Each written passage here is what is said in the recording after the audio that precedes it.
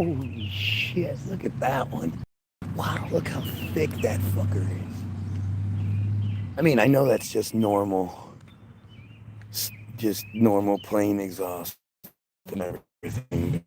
But I mean, come the fuck on, that's humongous.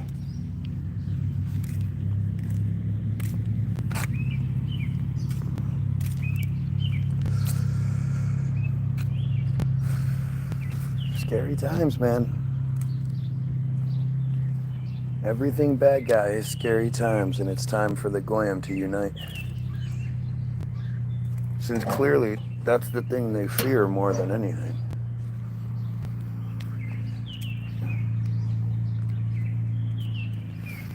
I mean, when you're in this truther world, don't you realize, like, Augo, how's it going? The things that you're not supposed to talk about are the things you should be talking about.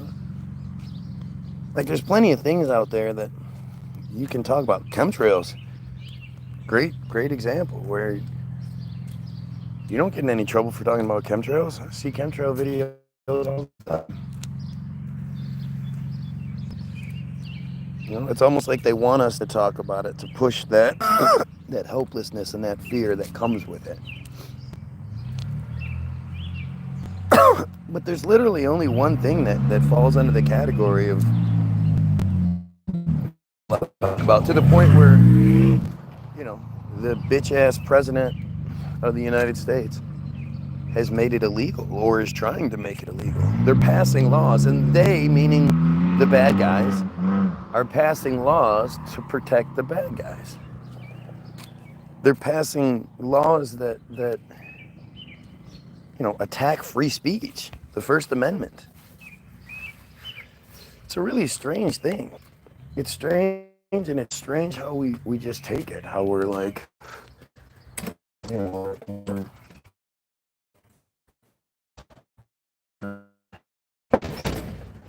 by whatever they want us to focus on, that we just don't even, we don't fight. And when you see what's going on in the world right now, I mean, it's horrendous. Bad guy land and Iran broaden attacks and fourth day of conflict. Iranian missiles hit Tel Aviv and Haifa.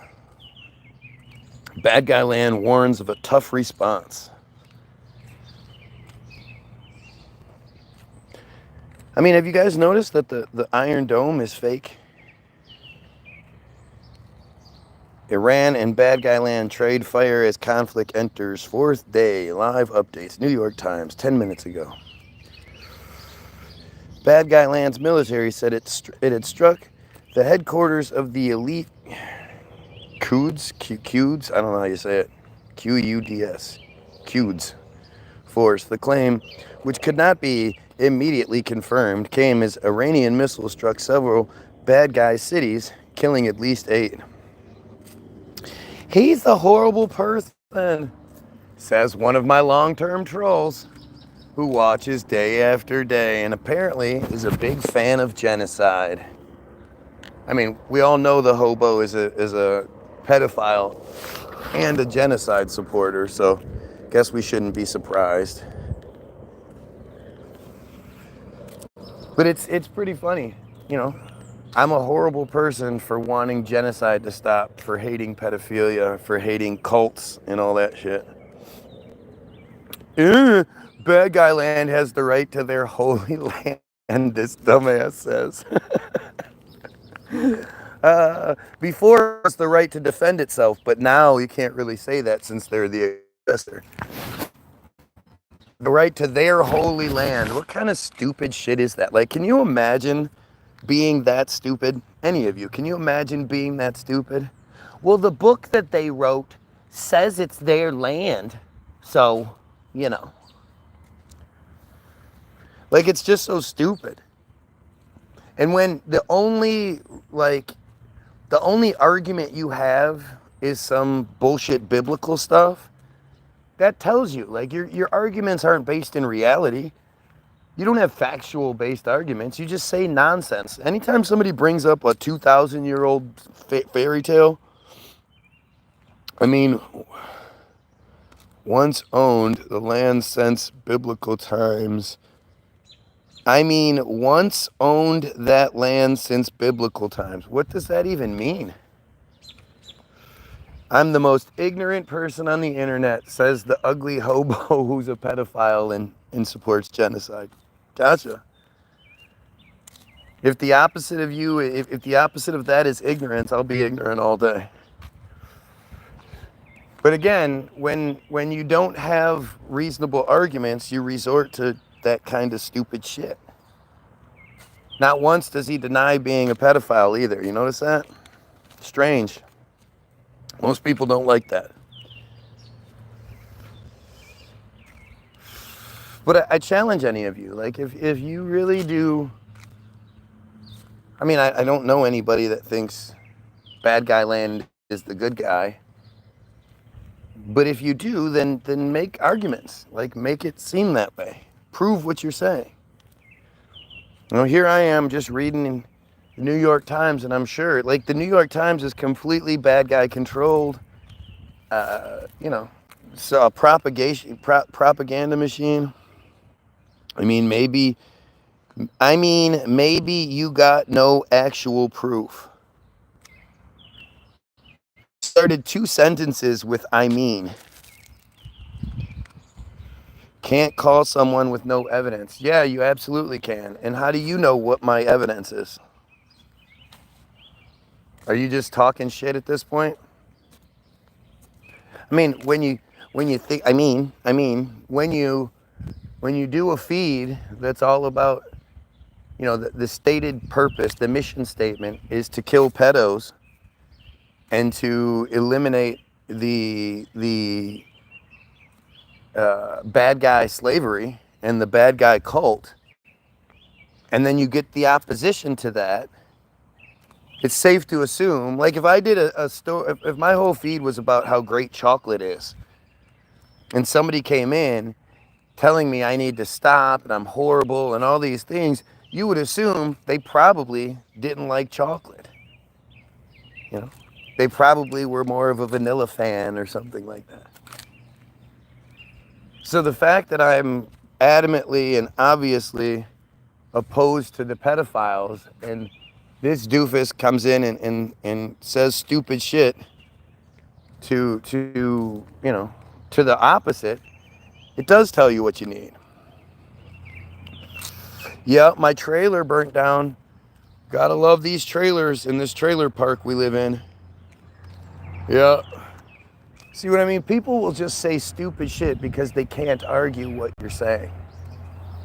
And it's weird that they're so stupid that they don't get it. Even when you're telling them, right?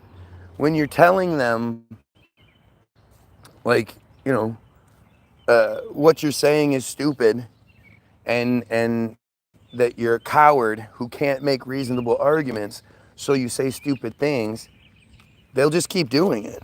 What's a goyim? We are goyim. Everything that isn't them is goyim.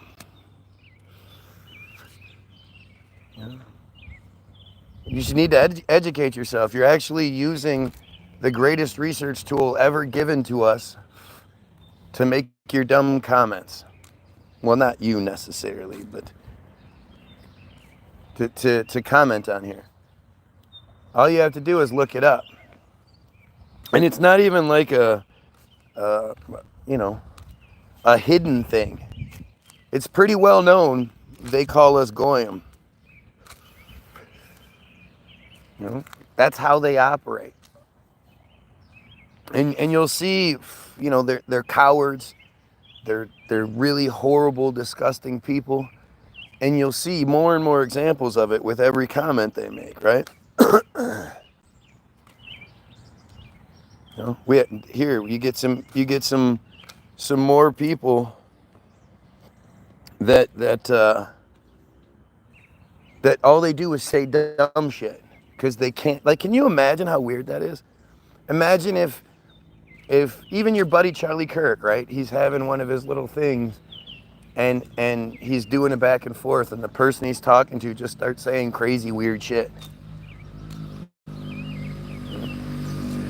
I mean, in any situation, you're going to see it for what it is. If somebody refuses to address the points being made and keeps trying to bring up their own dumb bullshit, it's because they're stupid. Right? There is no like guesswork here. You have people who, they live to come to my feed. They live like they just, their lives are horrible without me. And they come through here. Right on. Orophile. Is this all you do 24/7? Yep. Notice how there's a live feed for 24/7, right? Like this is just how stupid someone is.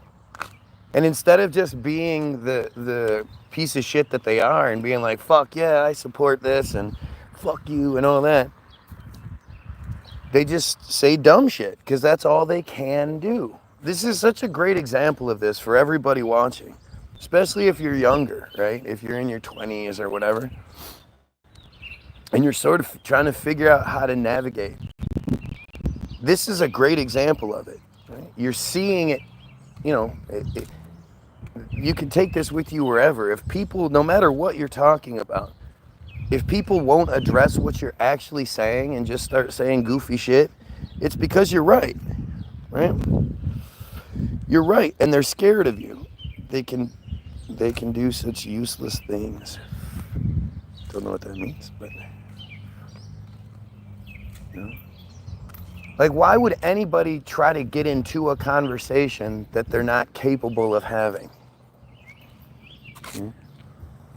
How many of you go to, math club conversations and you start talking trigonometry and shit, and you go, well, I want to talk about making bread. None of you do shit like that because it's fucking stupid. It's and the reality is, no matter what you say, whether you say anything at all or you don't, you're always saying something. You're always saying something. If you stay silent, that's saying a lot. You support whatever it is. You can say in behind closed doors, oh, I don't support that. But if you're not actively speaking out against it, you support it. Look at this. I mean, it's just dumb shit. Just admit you're the inferior side of this, and then we understand where you're coming from. Then everybody will see, like, okay, you're inferior. At least you know it, and move on. Look at that shit. Look at how bad that is. Sure seem to have been getting hit real hard since the bad guys attacked Iran.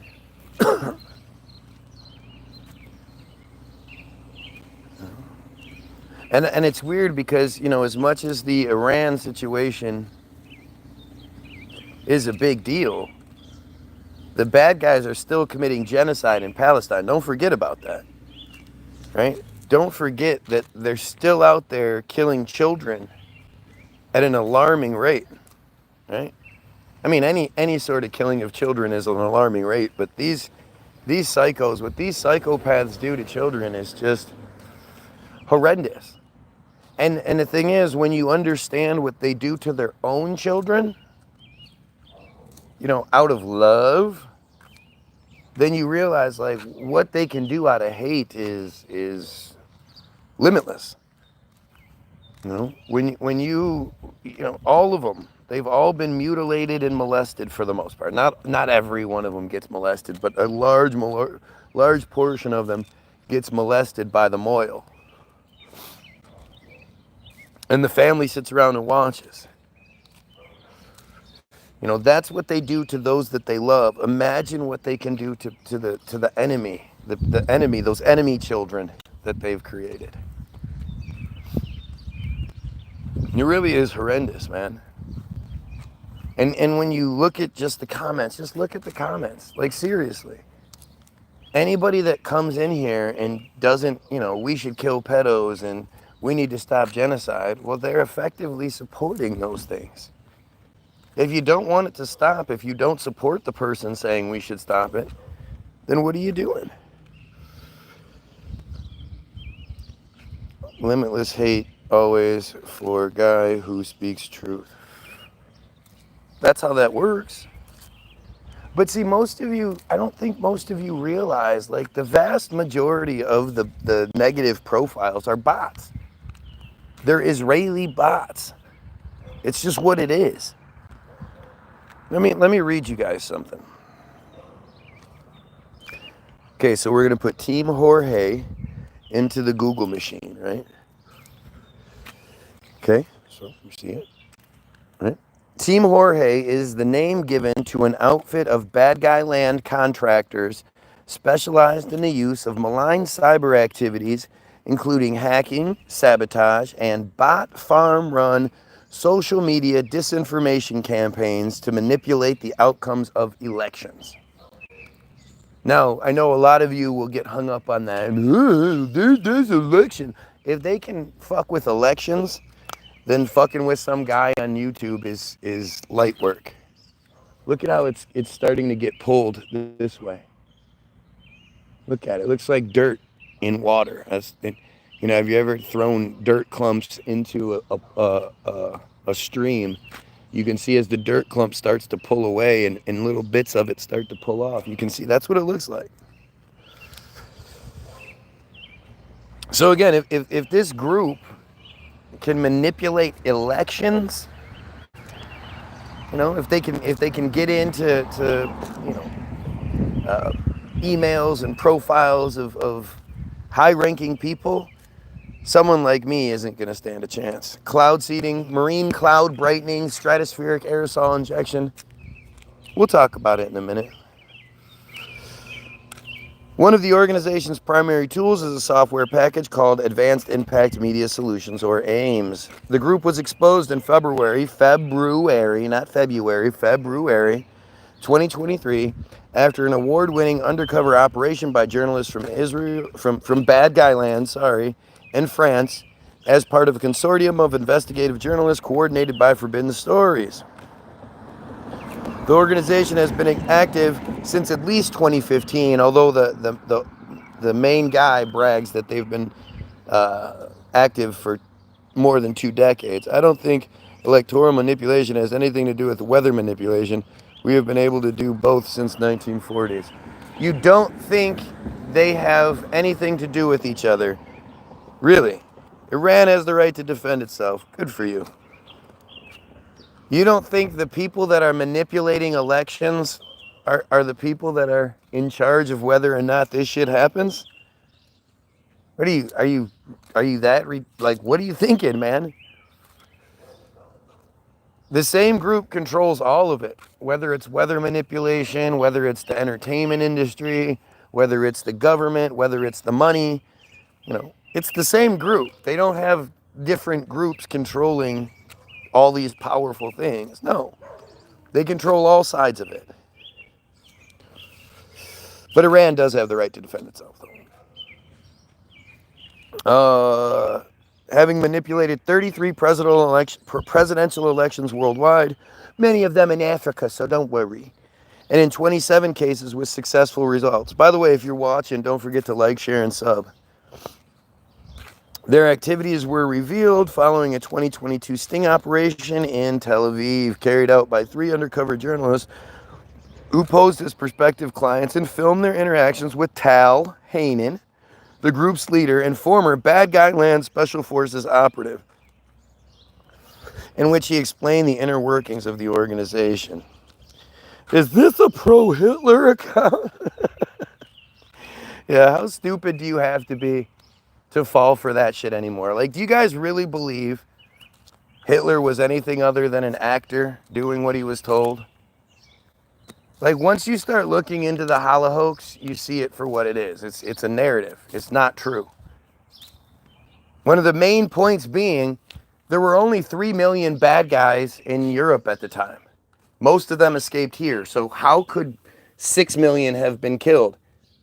Especially considering they've dropped the number. The only people that still push the 6 million thing is us. Yeah, this guy's story time just repeating itself gets from the Daily Wire. Yep. Now, notice this. Notice that everybody that comes in and says something, if they're not saying something, along the lines of, yeah, we need to kill those pedos. Yeah, we need to get rid of this menace, this cancer, this bad guy cult. And they're just talking about anything else. Like, obviously, if they can talk about whatever dumb shit they want to bring up, they could talk about, yeah, we should kill pedos. They're choosing not to. And that should really be a wake up for you. KKK has similar rhetoric. Where? Look at how desperately stupid these fucking idiots are. Like, this is obviously a bad guy, right? And these bad guys, the bullshit rhetoric they do, it's like Charlie Kirk, right? Charlie Kirk, didn't I say it? That's right. When he was in that argument with that dude, and he's like, you're talking about Palestine, and I don't think it's a real place. It's not a place that exists. With his dumb mouth. And the guy's looking at him like, what are you talking about? Of course it exists. He's trying to get you to argue whether a place exists, even though it the only place that hasn't existed for the last few thousand years, 100 years, whatever, according to the narrative, is Bad Guy Land. Bad Guy Land was established in 48. So to say that that Palestine doesn't have a right, doesn't exist, it's just circular, stupid nonsense where he can't argue real points, so he's making up dumb shit. Whether it's called Palestine, Sumeria, Judea, Bad Guy Land, whatever you want to call it, it's still the key, the main point is that they're killing people. They're committing genocide, and they're mostly killing women and children. That's the main point, but that's the thing they're trying their best not to get you to talk about. Look, same person. Let's see what smart things DC has to say. You're half family, and they have to listen to this shit all day, and it's affecting them and you. You're half family. Your thoughts on the other side of the world, or on the other side of the world. Yep, there you go, Charlie Kirk. See, you watch it. Go to Gaza, please. See how it goes for you. Again, another one of these dumbass bad guys is here. We actually have some bad guys on here today. Look at how stupid their arguments are. So what I should do is hop on a plane somehow, leave my family and all that behind, hop on a plane, and I don't even know how I would get to Gaza since all travel's been suspended anyway. But I'm supposed to get my ass to Gaza, so what? The bad guys can kill me? I mean, nothing can happen. It's not, the Palestinians aren't the ones that are gonna hurt me or do anything to me. It's the bad guys. It's these dumbass bad guys that can't make any real arguments, so they say dumb shit.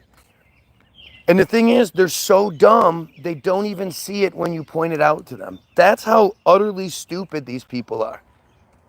These are the people that molest and mutilate their children. These are the people that think women's vaginas are disgusting. Like, these are the worst, dumbest people in the world. And you see it everywhere. You see, because they don't have an ability to talk. They don't have an ability to defend what they're saying. They just say crazy shit. Like, well, why don't you go there and find out? And most of the time they just tell us we can't talk about it, right? That's literally their main weapon. They tell you you're not supposed to say those things. And when you fight back, they call you anti-supremacist. You're anti-supremacist.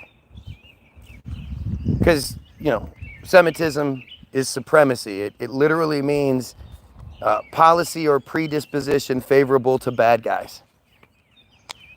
That's what the definition of it. So when you're anti-supremacist, it's something you should be proud of.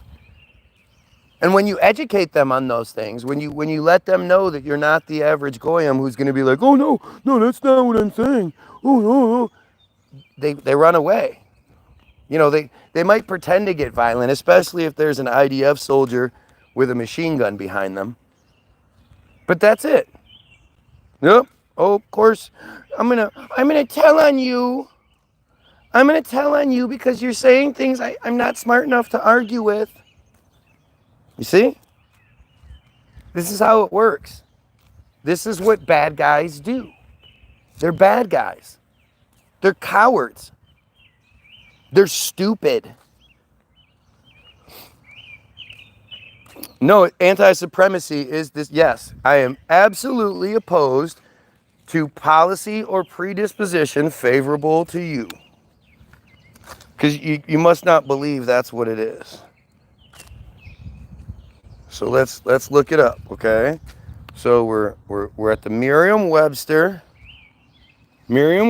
page. You see that? Merriam-Webster, you see the oh, here, let's do it like this so you can absolutely see it without there being any confusion. Right? Okay. Semitic character or qualities, of which most of them aren't. Most of them are Russians or Germans or Americans. A characteristic feature of a Semitic language occurring in another language. Okay. Number 2, policy or predisposition favorable to bad guys. You see that? This isn't my page. It's the Merriam-Webster.com.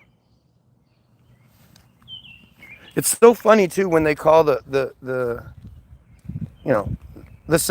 real Semitic people are the Palestinians, are the people that live there.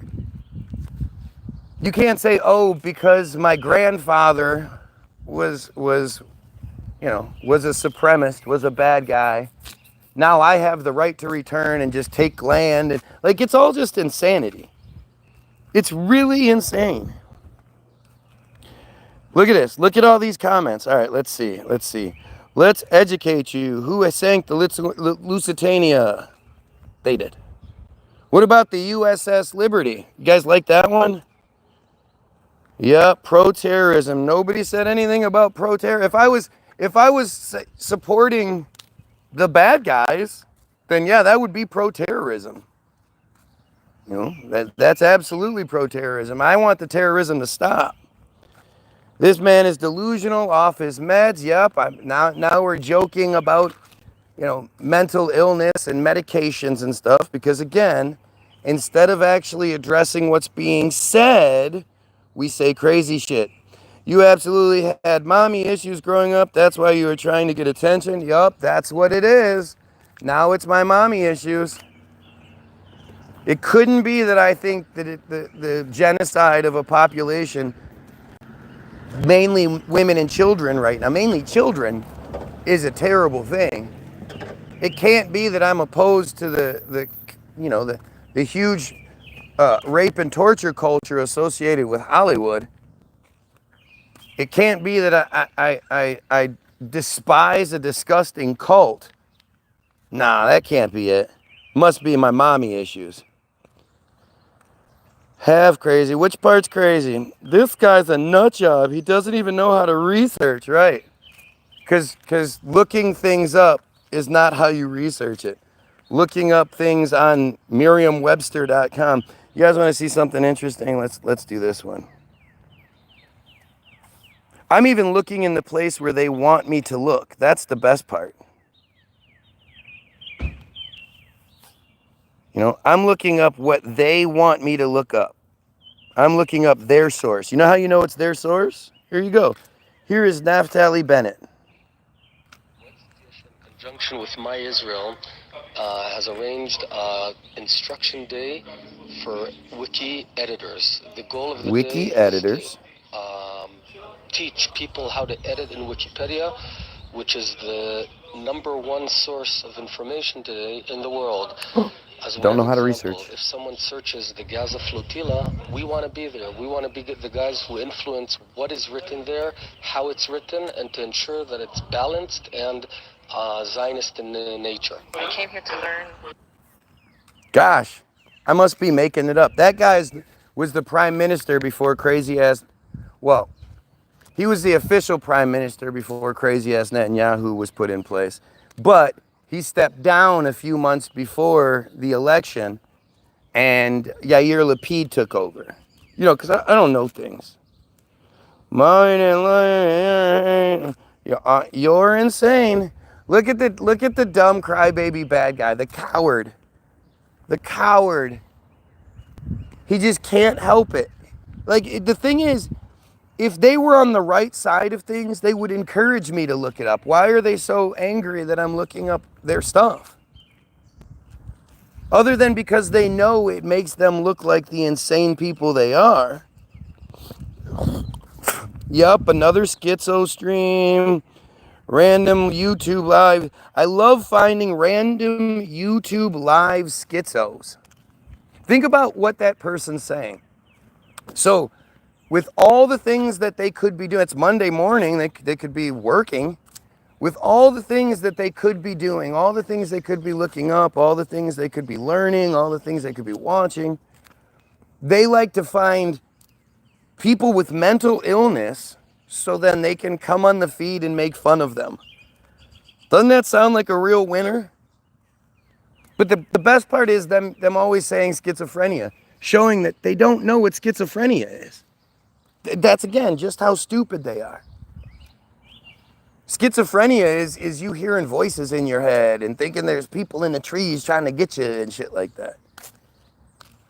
That's not what's happening here.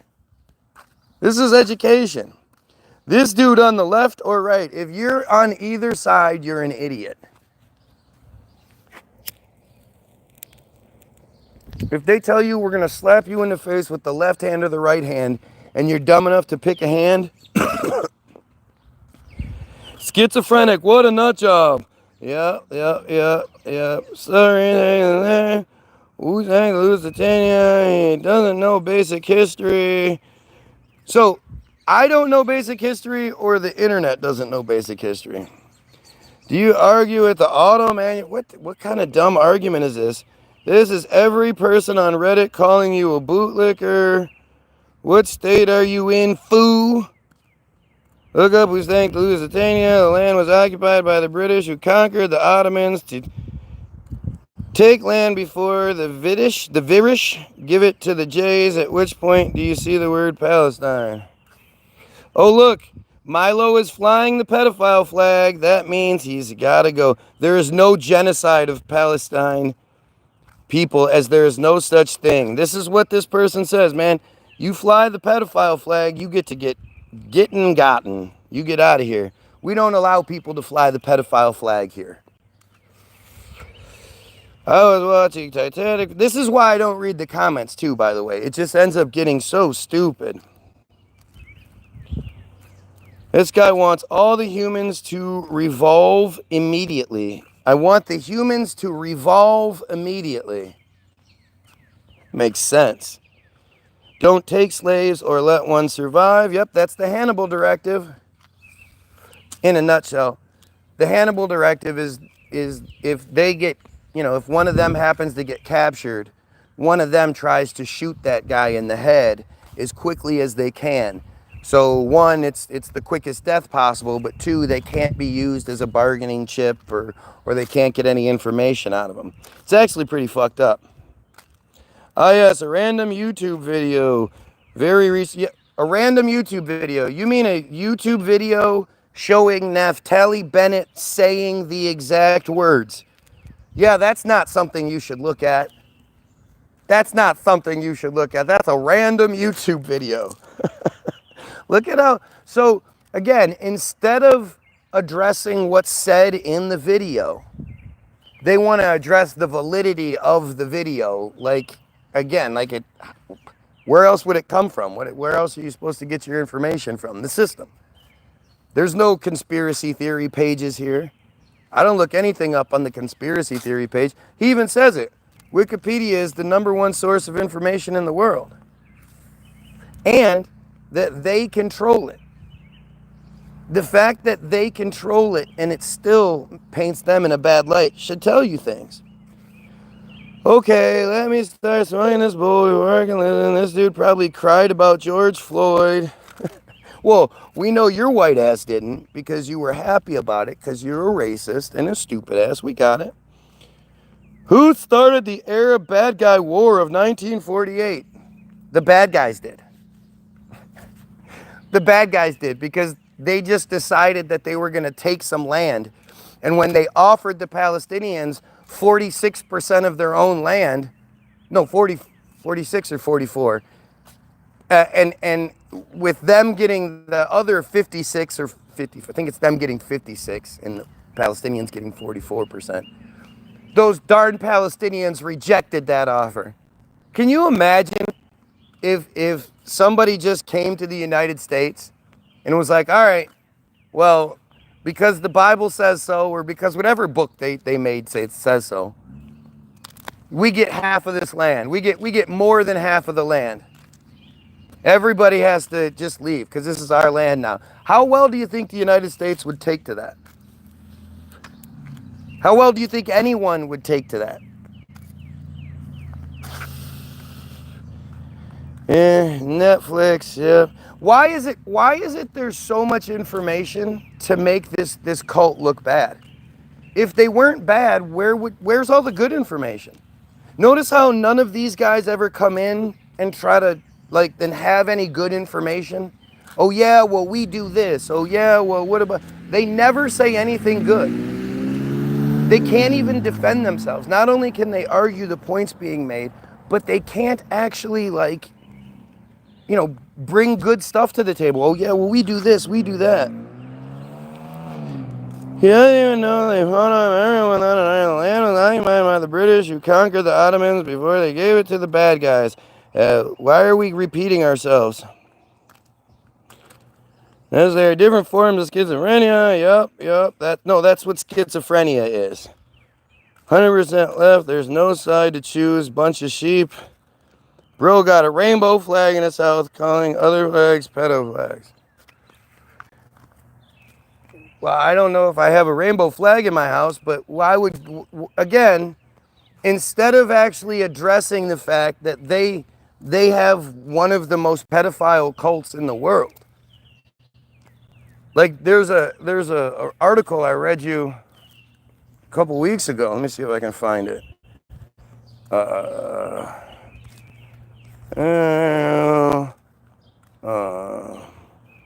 Ritual, sexual assault. Harrods. Where can I find this article? Or this page?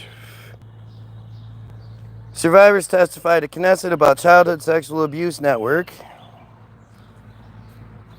in bad guy religious ceremonies. This is the Haaretz, right? Okay, so the Haaretz is reporting this, right? But it's me making it up.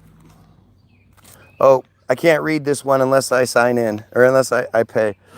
And it doesn't even give me a huge paragraph. It just tells me during a joint Knesset session on Tuesday, several women, mainly from the ultra-Orthodox and religious Zionist, and then it just blots off. Let's see. Oh, this one is in nonsense. They described gang rape by men and sometimes women. The abuse was filmed and drugs were used. They were ritual practices. This is A News. Science directs sexual grooming processes carried out by offending rabbis towards religious men and their families.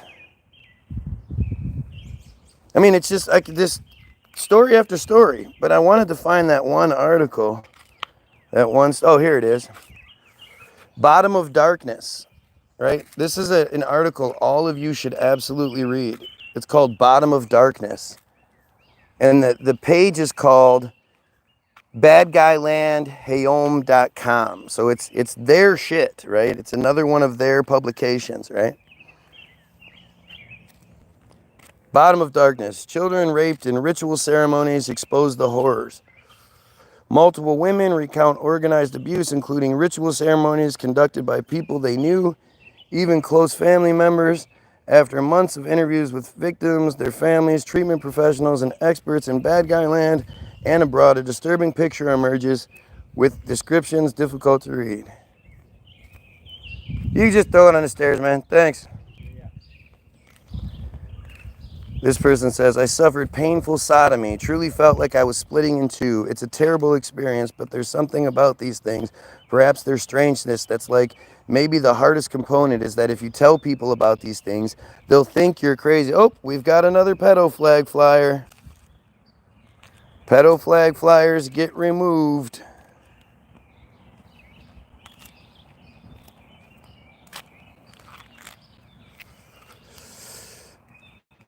They sure don't seem to want me reading this. Why don't you want me reading this?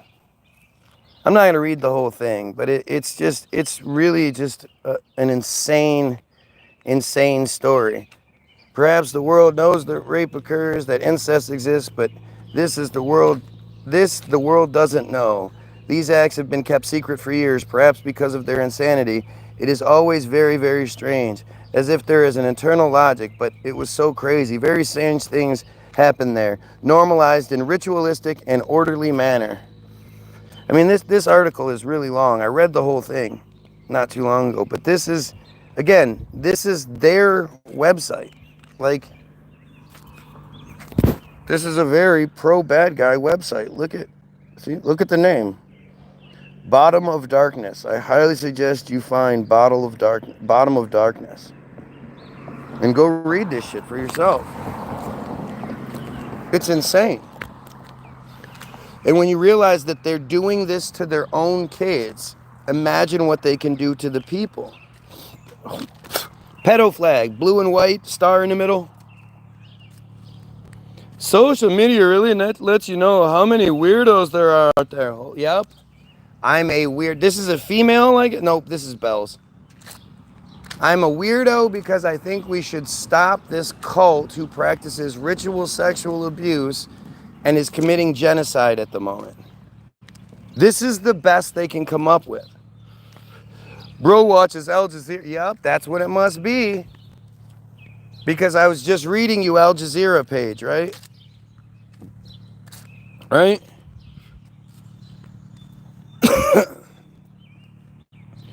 What did they do on January 7th? What the fuck? Who gives a shit about January 7th? What are you talking about?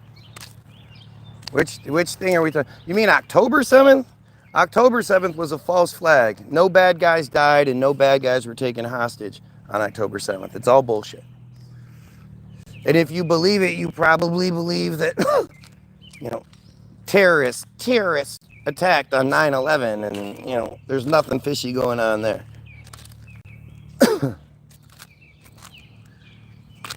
Wow, look at how big that fucking thing has gotten. It's just completely spread out. It hasn't dissipated or anything. It's just totally spread out. Wow. You probably, if you probably think that's just normal, natural, huh? Bro is going to say Earth is flat soon. Well, it is. It's definitely not a round ball flying through space. But notice how, okay, so you're acknowledging that you can at least mention controversial issues, although I know you can't actually have any sort of intelligent debate on the subject. But you have nothing to say. All these people, remember, these people are hearing me talk about ritual sexual abuse. They're hearing me talk about this cult the cult that runs the world that's doing this. And they have nothing negative to say about that.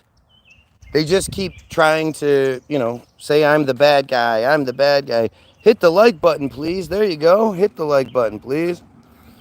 If you're watching, like, share, and sub. Help out. The more of us talking about this, the more fear they have. Earth is a sphere. Sure it is. Gotcha. See? Now you're gonna go into some grave detail about how you want to talk about this thing. This thing that is an important thing, but it doesn't really, in the scheme of things, it doesn't affect anything. It doesn't matter. You know, we can get to that point for sure. But what's more important? Stopping the genocide of children, or whether what shape I believe the earth is. Right? Which is more important? Look at all these dumb comments. It's crazy. It's crazy how dumb these people are. It's happening in Israel. What happened in Canada? Well, there was that shooting that took place not too long ago, the Pakistani thing. And immediately, Bad Guy Land tried to say it like, why isn't everybody speaking out against that? There's this one instance where this shooting takes place, and I don't know, maybe 26 people is the number that's popping in my head. I think that was it. 26 people were killed. And yeah, that's horrible. But when you compare it to the genocide that's taking place right now, there is no comparison. Yet Bad Guy Land was doing everything they could to be like, you guys are quick to judge us for killing thousands and thousands and thousands, hundreds of thousands of children. But 26 people were killed in India and nobody's saying anything. It's fucking silly, man. It's fucking silly. But it shows you who's controlling the media, who shows you, you know, what this has to do. Look at this. Look at this res person. They can't address anything I'm saying, so they just keep coming up with more and more goofy shit. Yeah, we kissed at the bar last night. See, look at how crazy this is. Whether I believe submarines are real or not, does that matter when it comes to genocide? You know, Greta Thunberg was kidnapped. You know, kidnapped trying to bring aid, medicine, food, supplies to a people in desperate need. Her boat was rammed. A weird powder substance was dropped on the boat that was burning people's eyes. And yet they, you know, I guess we're just not going to talk about that. Oh, blah, blah, blah, blah, blah. Let's look at this. You want to talk about the Lusitania. Not the genocide going on, the Lusitania. Two-time loser. Yup, I'm a loser. I'm a loser because I oppose genocide and pedophilia. What a terrible person I must be. You never heard the submarine argument? Oh, well, go watch the first 9 parts of this series. Go look at my previous videos and go look up Submarines Aren't Real 1 through 9, and you'll have all the information you need. But why would that matter? Kidnapped, yes, she was kidnapped. I'm misinformed. I only learn it from the news they want you to know. No, she was in international waters when Bad Guy Land boats rammed her boat, dropped powder on it, then illegally boarded the boat, taking it over while handing out sandwiches and water. Well, they gave them sandwiches and they gave them water. There's a picture of it. Then they took this girl and her 11 other shipmates back to Bad Guy Land. They weren't even trying to go to Bad Guy Land. They got taken to Bad Guy Land, and then Bad Guy Land wants to make this big deal out of, we deported them. We deported them, like she snuck in and was trying to, you know, cut people's lawns or some shit. She was kidnapped. All 12 of them were kidnapped. They were taken against their will. The UK Parliament, the UK government should be furious. The military should be furious. They were flying a UK flag. They were under UK protection and assignment. They were in international waters, and the way it works, other than going through bad guy land's illegal blockade, they could have easily, they never stepped a foot in bad guy territory. It would have been all Palestinian territory. Landed in the Palestinian ports and given out food. Oh, what evidence or sources do you have to substantiate this? What evidence and sources do you have to substantiate anything that they've said about it? The only thing that they've provided to say, they always say around 1,100 around 1,100 people were killed in bad guy land. Now, for those of you that have only been following this story since October 7th, well, you might not understand that. But they don't refer to themselves as the people in bad guy land. They refer to themselves as bad guyites and you know, they're very direct in how they refer to the people of bad guy land. But whenever you see a report, they'll say around 1,100. It's actually around 1,200, back up to around 1,200, I guess. Around 1,200 people, because we still don't actually have an exact number for some reason, were killed on October, around 1,100 people, around 1,200 people were killed in bad guy land. Were killed in bad guy land. It's very important that you pay attention to how it's worded. You know, they don't shy away from identifying themselves. They also immediately released a report that said they killed around 1,500 Hamas in bad guy land in response to what was supposedly happening. So when they say that they killed around 1,200 people in bad guy land, they're not necessarily lying, though they're not telling the truth either. You know, it's just clever wordplay. That's how wordplay, where they say certain things in certain ways to manipulate your perception. And really, the only thing that they've shown you or they've provided to substantiate the claim is they gave you a list of names. Now, whenever I'm talking about this, I always take a quick break, and I'm just going to skip over a shit ton of comments here because I don't care. I highly suggest everyone look up the story of Samantha Wohl. Samantha Wohl. Samantha Wohl was a bad guy community leader here in Detroit that was found dead in her front yard in her rich, affluent neighborhood. Was found dead in her front yard on October 21st, 2023. And at first, the news tried its very best to say, you know, we can't say for sure whether this has anything to do with what's going on with the Palestinians and the bad guys. We can't say, but they hinted at it over and over again. And I said to my wife, right when it happened, watch. As soon as you find out, as soon as they can't connect this to what's going on, the story will disappear. Especially when they find out it was her husband or her boyfriend. I didn't know if she was married or not. Turns out she wasn't married. But that it was her boyfriend that actually did it.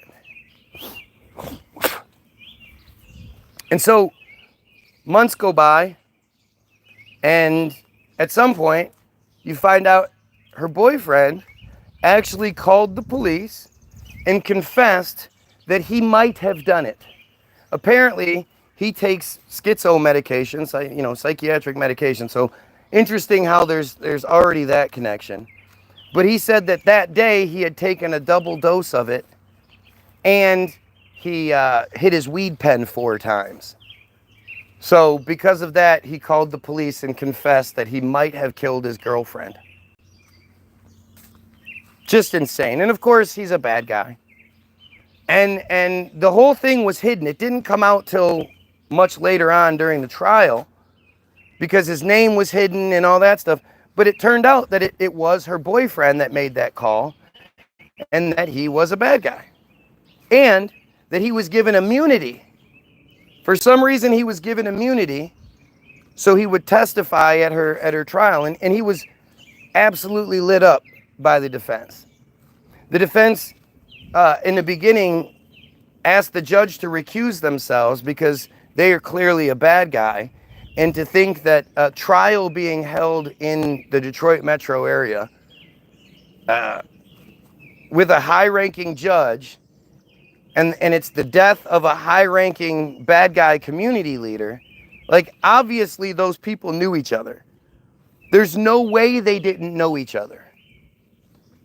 And this judge is doing all of this unprecedented shit, adding charges, adding hate crime charges, and all this crazy shit that just, like, it's unprecedented. That's just not what interrupting the opening arguments, and they asked for the judge to recuse himself, but obviously he refused. And so this man, Michael Jackson Bolanos, wasn't a good dude. He was out committing burglaries that night. But because they had a black patsy that was found, a mile away from her house within a minute. So this guy is like a world-class sprinter, apparently. But they said they found her blood was on his jacket. He had a black jacket on. And apparently there were 2 microscopic dots of her blood on one of the sleeves. Couldn't be seen by human eyes or anything. Was found by the computers, of course. And it turned out that he had come across her dead body on the front lawn and was like, oh shit, dead white girl, I'm getting the fuck out of here. And they tried everything they could to levy this man with every charge they could and make him out to be the ultimate bad guy, which, again, the hashtag Free Michael Jackson Bolanos should be out, should be one of those hashtags, but it goes to show you how, how the George Floyds of the world are just a manufactured narrative. We'd never know what Kanye said if the bad guy controlled media didn't tell us what Kanye said. None of you follow Kanye. None of you would have known about George Floyd had you not been told by the bad guys to care about this.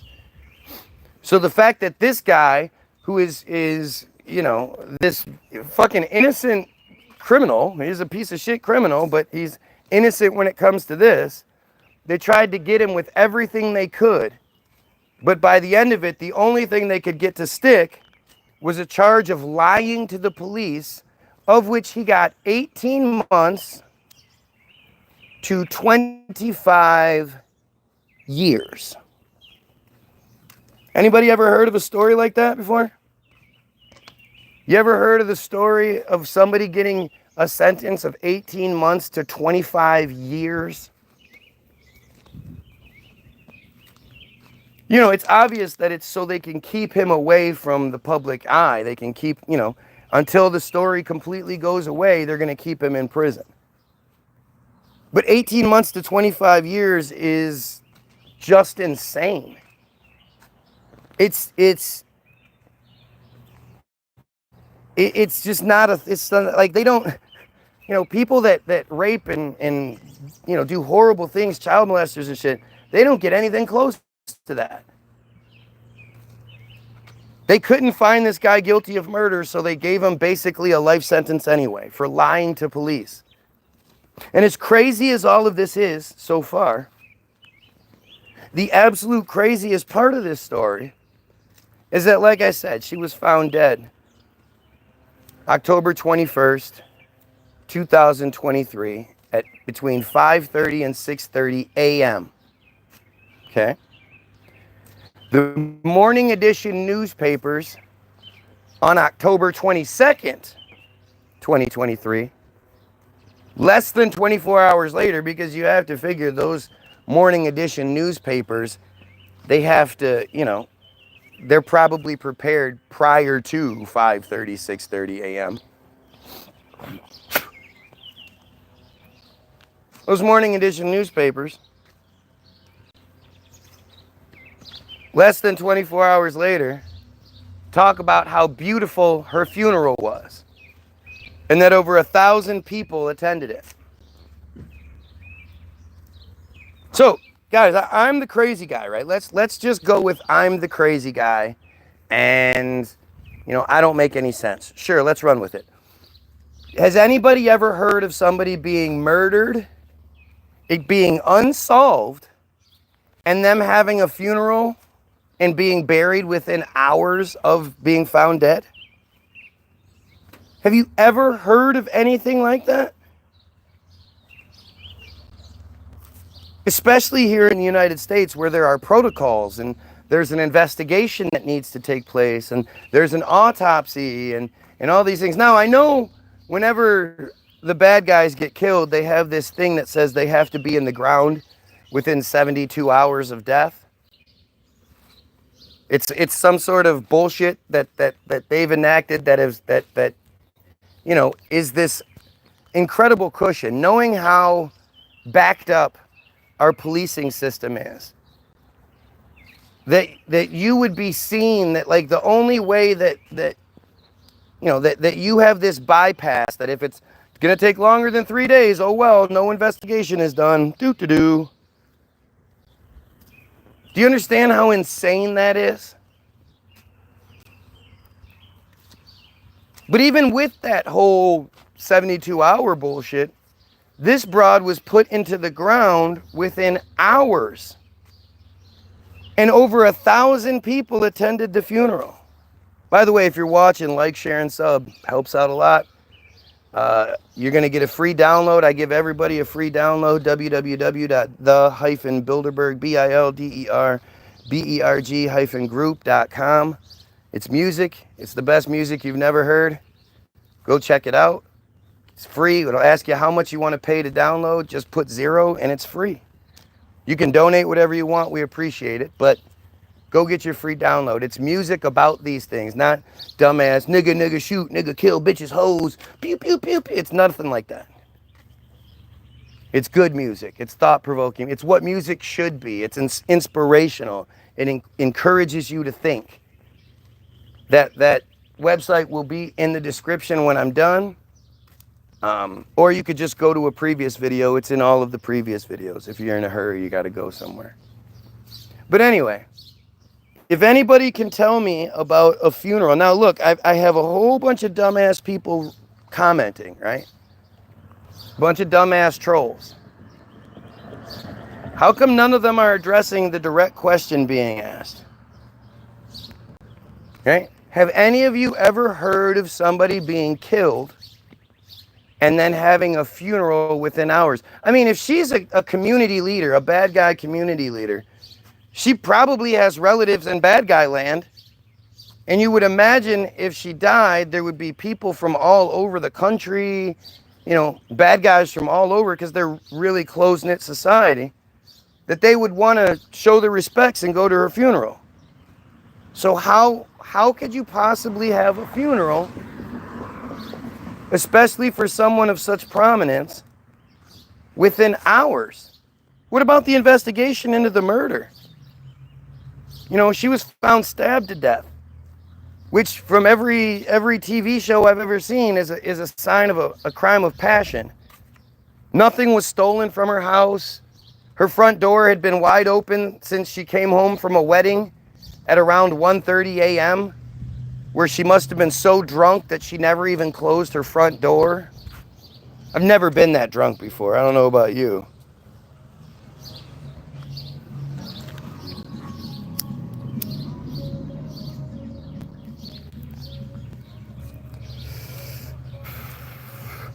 You can have a funeral without a body. Okay. How do you organize a funeral? Which is, again, you wouldn't do that, especially in this cult. They believe the body has to be in the ground, and they had the body. But how do you organize a funeral? You call everybody.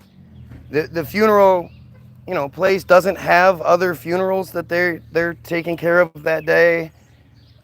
You know, you dig your hole, all that shit. How do you get that to be done and make sure everyone is there within a couple of hours?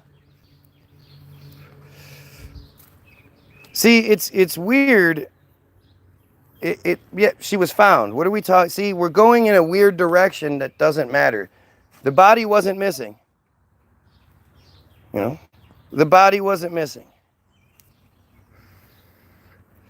Show me any single funeral where the person was killed and within hours there was a funeral. I'd love to see it. But that's how important funerals are to this cult. That it outweighs everything. It outweighs law, it outweighs investigation. You know, it's the most important thing. So when you go back to October 7th, by that logic, along with lots of other stories, I can tell you other stories. The bad guy Gog shooting in 2018, where Robert Bowers Sr., is it junior or senior? Robert Bowers, whatever his name is, supposedly went to the bad guy Gog and killed like 13 people or some shit. All of which were, you know, the average age was like 72, but it was only that low because the two youngest were these brothers that happened to be mentally retarded, and their parents had just died, so they had just become wards of the state. They had just become the community's problem. If they wouldn't have been there, the average age would have been like 80 years old for this guy who was hell-bent on committing a terrorist attack, went to the place not on a Saturday when they go, but on a Sunday, and only shot elderly people who, if you would have found out they died of a heart attack, or they took them off the machines, or they had a stroke, or whatever it was, you'd be like, oh, that's sad, but you know, they're 80 plus years old. I mean, that's what happens. Like, easily all those people could have died in the region around there, and they've been brought in, those bodies. And if you actually take the account of the first responder, he said it looked like the first 6 bodies were just all laid out in a row, and they had all been shot just laying in a perfectly straight row, like almost like somebody dragged them there, right? But the interesting thing is that happened on a Sunday. The following Monday, half of the people were buried. The following Tuesday, the next day, the other half were buried. All those people were accommodated for. All 13 or whatever it was people were accommodated for within 2 days. Funeral parlors were just up and running. All investigations were done. Everything was done. Everything was taken. That's how important funerals are to this cult. And yet, you can't find a whole bunch of funerals, around 1,200 funerals from October 7th, 8th, 9th. Just doesn't exist. You know, this is real life shit. Again, anybody wants to tell me how a community leader can be killed and have a funeral, for, you know, a heavily attended funeral within hours? How does that even work? What funeral parlor is just waiting for you to get brought in first thing in the morning so they can knock out a funeral? What about all the other people that had been killed? This fucking Detroit. I would imagine the morticians, the doctors, they had other people in line. How did she just skip the line? See, just like with everything else, I'm talking about facts here. This is the factual stuff. And what you see in the comments is just stupidity over and over again. They can't answer what I'm saying, but they're so arrogant they think they should say something, so they say stupid shit. And they're too dumb to realize that everything they're doing is validating what I'm saying. No bad guys were killed on October 7th. None were taken hostage. It's all a fucking ruse. And there's so much proof to it. You know, the videos of the hostages, the supposed hostages, kissing their captors, handshaking, saluting, hugging, laughing, smiling, like it's endless. None of those supposed hostages ever look like hostages. They're not skinny. They're not gaunt. They're tan. You know, they don't have any marks or bruises, and they're always all smiles and shit. Except for the one girl who was so traumatized that she could only whisper. Funny thing is, the week before she was released, her parents had become like these celebrities and been taken all over the world and interviewed with kings, and it's fucking ridiculous. But her family had a birthday party for her that the news attended. They didn't know whether they didn't know whether she was alive or but they were having a birthday party for her.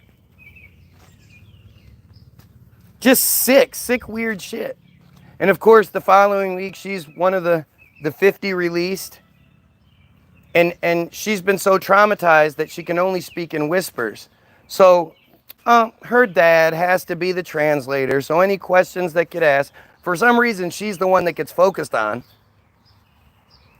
But everything they ask of her, she whispers to her dad. And then the dad's like, well, she said, like he just goes off. And like, she didn't say that though. But this is the kind of bullshit that they've given us the whole time. It's just bullshit. It's nothing but bullshit. It's like this idea that Iran doesn't have the right to defend itself. Because Bad Guy Land was doing a preemptive strike. It was not an act of war or an act of aggression. It was a preemptive strike. That makes it okay.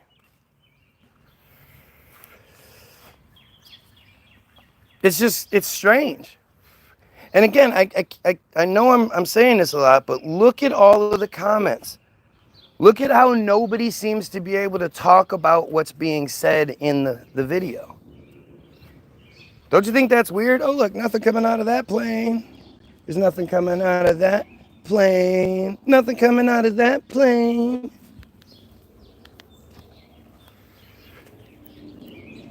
Isn't it insane how nobody seems to be able to answer for anything I'm saying? They're just like saying, pay attention to me kind of shit. I'm so wrong and terrible and crazy that they want my attention. But they won't address what I'm talking about. Yeah, my arguments are all over the place. Yep.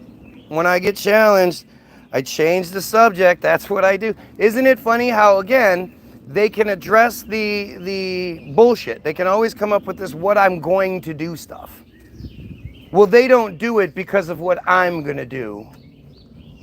You know, I don't say my points because you're not going to believe them. Oh, well, yeah, that's how that works.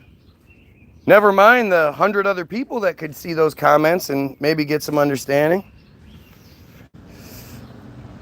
The name of the girl that died is Samantha Woll, W-O-L-L.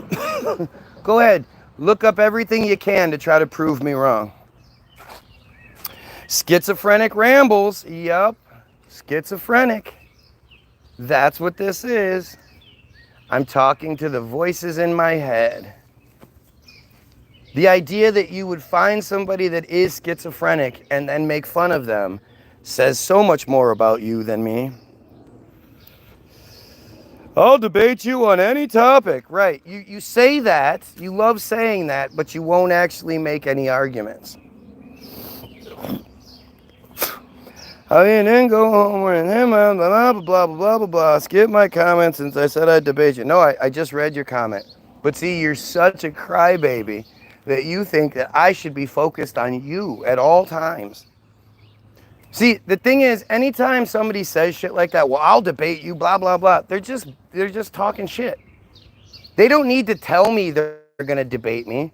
They could just debate me. They could just debunk something I'm saying, and then that would be the start. They don't have to set it up. But this is how they do it. Oh, I'll debate you, but you just won't let me. Yep. Oh, you want to have a nice, genuine conversation? Then fucking say shit. What the fuck's he talking about? 19 people watching. For every one country they got kicked out of. Well, the thing is, Nobody ever talks about why they got kicked out of every country, 100 countries in the last 1,000 years. Nobody ever brings up the why. They just say it like it's some sort of, how dare they? How dare they say that? Well, why did they get kicked out? And when you look, you'll find that so much of it has to do with their ritual cult practices, namely the cut and slicey one, the cut and slicey sucky one. Cut and slicing, sucking. Yeah. Go figure. When people found out that that's what they do, they kicked them out of the country, along with all the other horrible behavior they did. But nobody was just like, oh, I don't like the way you guys dress, so you got to get out of here. It never worked that way. Mandated to support bad guy land. That's what they're saying. Okay, well, we're not talking about submarines. If you want to have the submarine conversation, go watch parts 1 through 9. I already said this earlier, but go watch parts 1 through 9. Get yourself a pad and a paper, or a pen and paper, and you write down every single thing that I say that you think you can debunk, and then do it. But for me to sit here and talk about that when my belief in submarines doesn't even come close to the idea of genocide taking place. Like, let's get our priorities straight here. You're wrong about, yep, I am wrong, I'm sure. I didn't do a bunch of information, a whole bunch of videos on it and looked it all up. Yep, I'm wrong. You say you'll debate with one brother, then you won't pay attention. Yep, see, you always have your reason for why I won't do it. You couldn't just say things. You can't just say, well, you're wrong because of this and blah, blah, blah. You could say why it's my fault. It's my fault. Bad guy land, yes, bad guy land. Doesn't even know the word research. Yup, don't know what research means. You said Samantha was buried within hours. It isn't true. Her funeral was October 22nd. They don't actually give you any information about it. But her funeral was October 22nd. So if she was found at between 5:30 and 6:30 a.m., and the newspapers from the following morning talk about her funeral, well, you can only intelligently infer that it took a couple of hours. I mean, how else would you do it? I do agree that bad guy land has been quit in genocide. I believe the conflict has been going on so long. Yeah, 70 some plus years since they initially decided that because of the fake German story, that they should now get the land of the Palestinians, this paradise land. They didn't want the cold land of Germany. They wanted the paradise land of Palestine. And that was the payment. You know, the Balfour Declaration. It goes all the way back. Both world wars were about establishing bad guy land. The First World War was about putting the British in charge of Palestine, making mandatory Palestine, so that the Palestinian people themselves became completely reliant on the British. They didn't have a military. They didn't even have well-trained people because they didn't need to. The British were there to protect them. And when that happens for 30 years, go figure, your people aren't quite prepared for, an invasion. So the First World War was about establishing that dynamic. The Second World War gave the excuse. Somehow, some way, because of Germany, the Palestinians now have to die or lose their everything. Like it's the biggest hunk of crap you've ever heard. It might have been her funeral wishes might have been to have a funeral fast, but nobody is required for a Why do you keep saying no body is required for a funeral? Her body was readily available. I don't care whose wishes, you know, it's one thing if somebody is like old and you say, okay, we're going to pull the plug on the 17th. Then yes, you could have the funeral really quickly. But for somebody that's found murdered, the funeral isn't going to be within hours of it. Nice try, though. Go to bad guy land unannounced as a Christian and see what happens, especially if you want to get spit on. Yeah, they love to spit on you. There's all sorts of videos showing these guys just walk, having conversation, and they spit on like a Christian woman sitting there. They're real big on spitting on women and smaller people. You know, they love attacking women and smaller people. They don't necessarily go after the big guy that can fuck them up. Our Bible mandates us to support bad guy land because the Bible is all bad. Like the fact that you are that stupid is just really horrible, right? Because at the end of the day, if you're not God's chosen people, then what are you? Are you one of the 2,800 slaves they believe they should all have? Like, why would anybody want to be the second class thing? You know?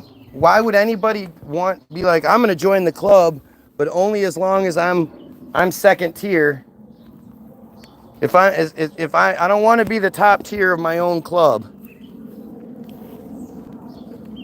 But you guys believe that the bad guys of your Bible, the people that killed your superhero, who was also your Christian God's only kid, that those are your Christian God's chosen favorite people. Do you know how weird that is? Jesus, I'm not reading all that shit. Do you believe in God? Fuck no. It's stupid. It's dumb chosen nonsense. You know that Christianity comes from Second Temple bad guyism.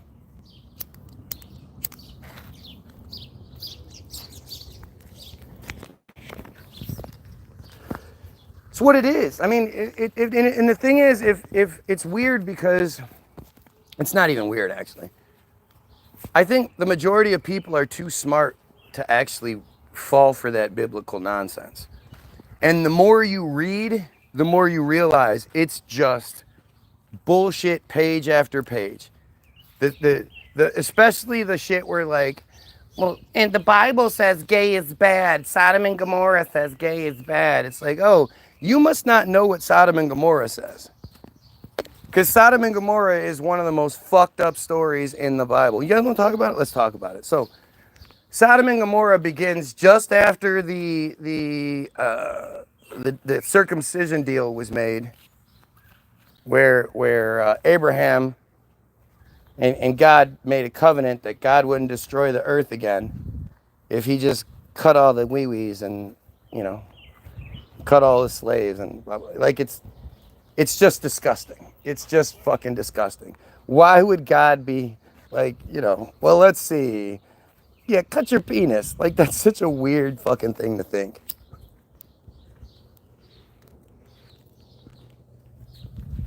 But you have two angels are just walking along, right?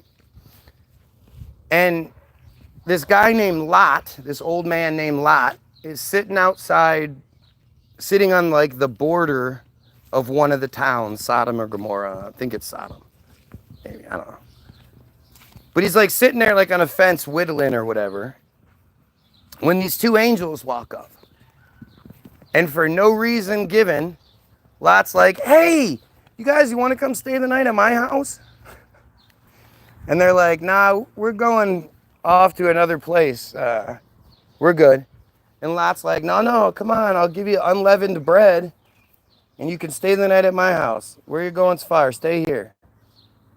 So they're like, okay, we'll do that then.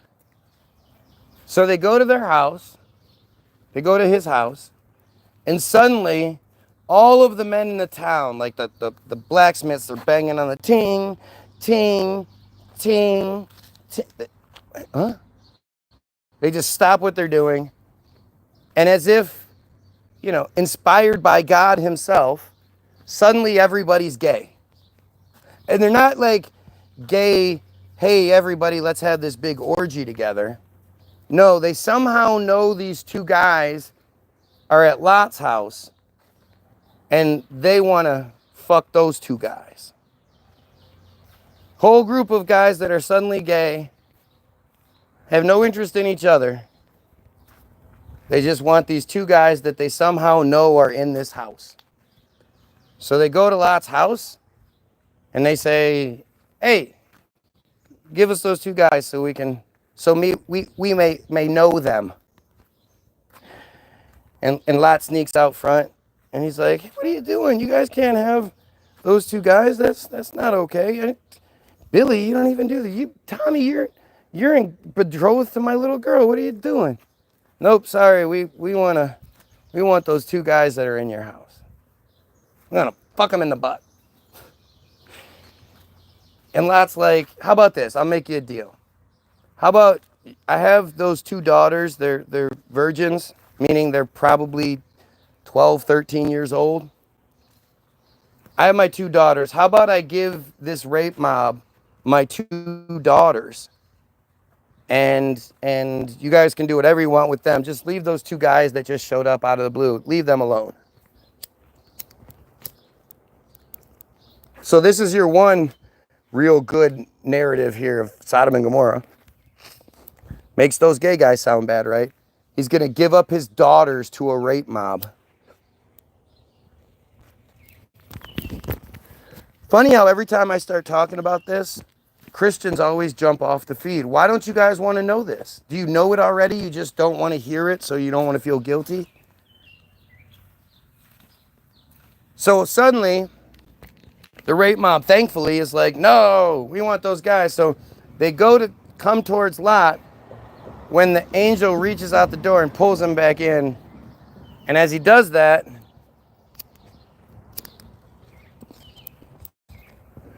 he dinkle, dinkle, dink. And everybody, all those guys that are, all the huge mob is now blind. So they can't find the doorknob. Because, it was right in front of them, but now they're blind. And now they can't quench their suddenly gay thirst.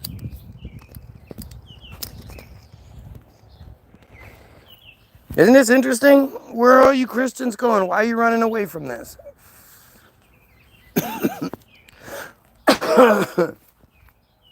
So now it's like later, like it's later, commercial break or whatever.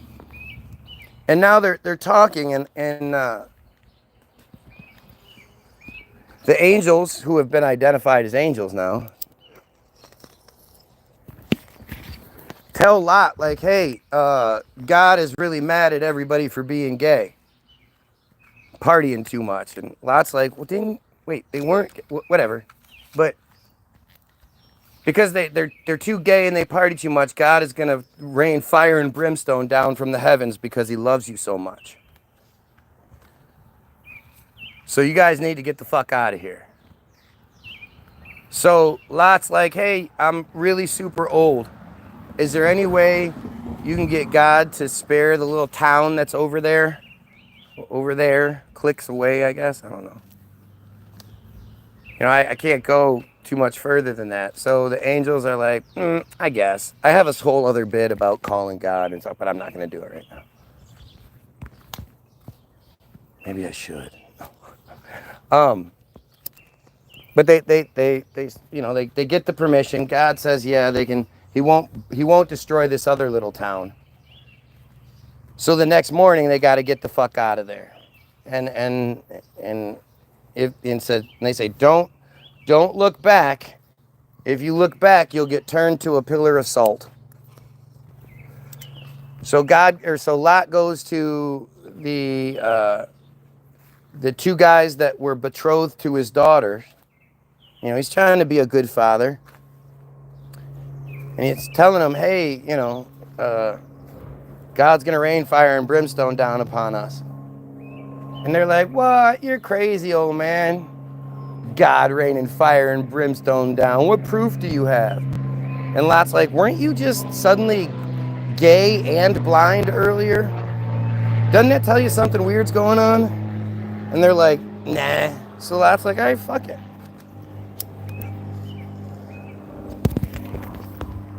So the next morning,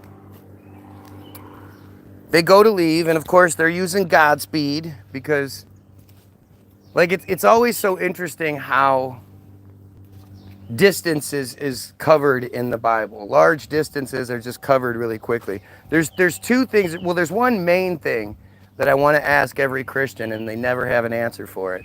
And it applies to this story as well. Who was there writing all of these conversations down? There are multiple conversations had between one or two, two or three people in this story alone. That who wrote that down? Was there little cherubs with their little naked butts writing shit down? Like how do we know what was said? How do we know what Lot said, right? So they're on their way. They're leaving the town. And of course, because, girls are dumb, the wife turns and looks back and gets turned into a pillar of salt. And they're like, oh, well, and they go on their way. And they get to the little town. And when they're at the town, they suddenly decide, you know what? Lot's like, I think those angels were lying. I happen to have this really nice cave set up at the top of the mountain over there. It's got lots and lots of alcohol in it, food, supplies, all that.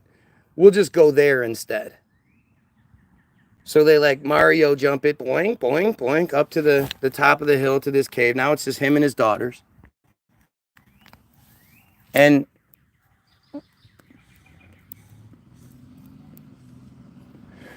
I guess now they're allowed to look back because they look back and they see that Sodom and Gomorrah are smoldering nothings.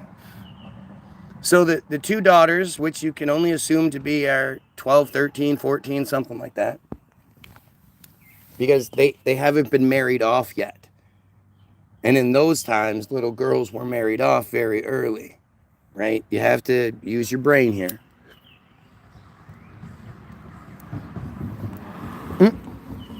Use your brain when talking about the Bible. That doesn't go together, right? So they're having this conversation again. That amazing how somebody was there to hear it in this cave. But they're like, man, Father is such a good man. It's too bad he doesn't have any sons to carry on his name. He only has us dumb girls. He's such a good man. He tried to give us to the rape mob and everything. So they decide that they're going to get their father so drunk that he doesn't remember laying with them. Because if the man doesn't know, it's okay. If the woman knows, who cares? She's just a woman. But if the man were to know what he did, it wouldn't be okay. But if they get him, this old man, they get him so drunk that he doesn't remember, he'll be able to get them pregnant with a boy.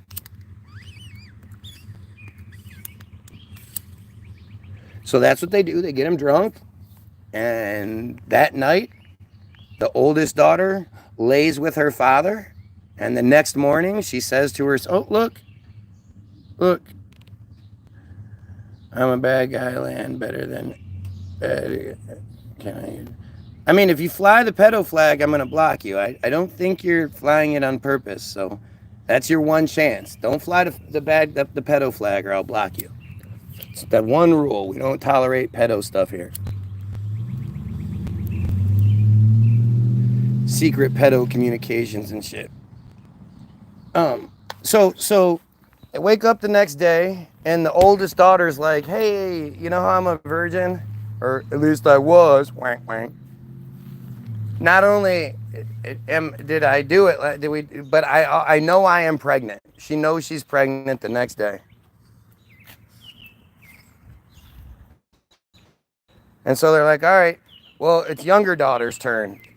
And younger daughter, oh, look, now they're calling me. Calling my phone now. They're not going to talk here. They're going to call on my phone. So then the next night, the younger daughter does the same. Get him so drunk he doesn't remember. She then lays with her father. She gets pregnant. And those babies grow up to be both great leaders of men, one of the Moabites and the other of the Azamabites or Asamabites or something like that. I don't know. I always remember that. I always forget the second one. They didn't come out all fucking crazy retarded or anything. They came out as leaders of men.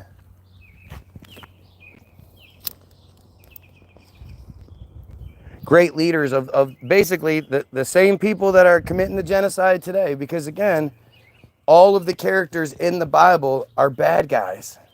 It's not a Christian story. They mention the Gentiles as a separate group several times. You know, they say we several times.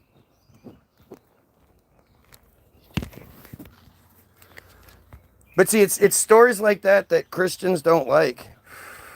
I've had it happen multiple times. I had my one neighbor down the road who is a truther. He's so much of a truther, he was arrested in Washington on January 6th. He was actually in that shit. And I learned long ago that there is no reasonable talking with that guy, because he initially told me that, like, he's a truther, but he also thinks all the answers we need are in the Bible. And he always gets real angry as soon as you start kind of calling out his bullshit. They always do. I mean, I don't know how you can be a truther and it stops with the Bible, but he does, right? And so one day he was over here, and I asked him about it. And like, you could see it in his, I was like, so you think that, you know, gays don't have the same rights because of the Bible, Sodom and Gomorrah and shit, right? And he was like, yeah. He was all yeah. And I was like, well, do you know the story of Sodom and Gomorrah? And you could see, like, his whole fucking, like, the color left his face. And he was like, yeah, I know it, so. Well, let's talk about it. Well, he was like, and at some point he gets mad. And you mean like when their daughters raped the father? And I was like, you know that can't happen, right? You happen to have 2 daughters. How drunk would you have to be to have sex with your own daughters? And if you were that drunk, would your shit even work?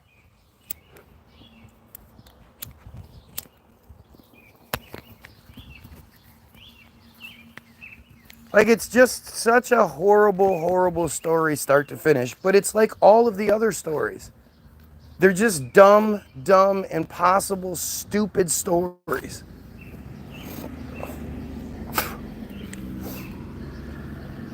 And look at the comments, right? Nobody can argue against what I'm saying. So they're just talking dumb nonsense, right? Like, it's so weird. You're the one that's either the Christian or the bad guy. But it's also, you know, this is Trumpanzee shit. When Trump was asked about Greta Thunberg, he was like, she's a very angry person. She needs anger management. Like, what a piece of shit thing to say. Anger management just gets thrown around like it's a joke. What about her was angry? And she even said it best, there needs to be more angry women out there like me condemning this fucking genocide that's taking place.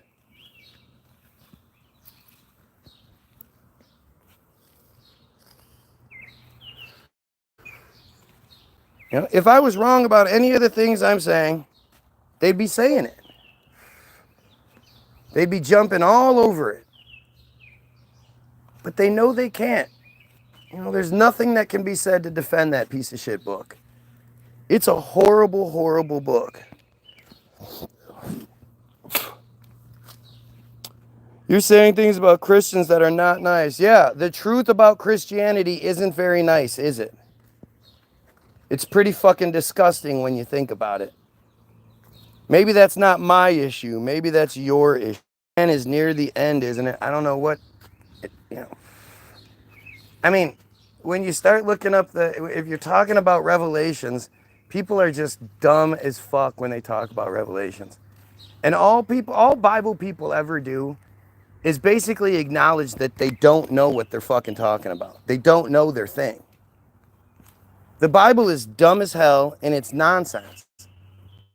And like I said, I think you guys know that, which is why so many of you are so ignorant when it comes to your own Bible, because you didn't want to read it. You don't want to sit there and figure out for yourself how crazy and stupid that shit is.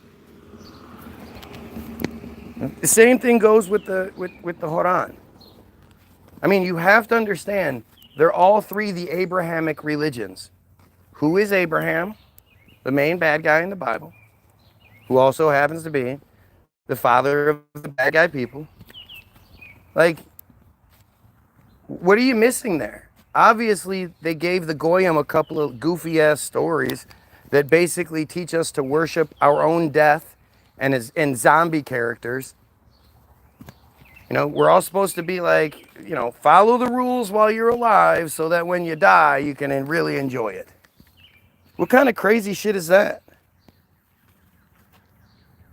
You're totally wrong. This isn't the right platform. Oh, you're to tell me what my platform is, what my right platform is. What a clear and obvious cop-out. You see that? Because this person can't argue anything I'm saying, they're now trying to tell me on my own feed that this isn't the right platform for this. The arrogance it would take to say something so stupid.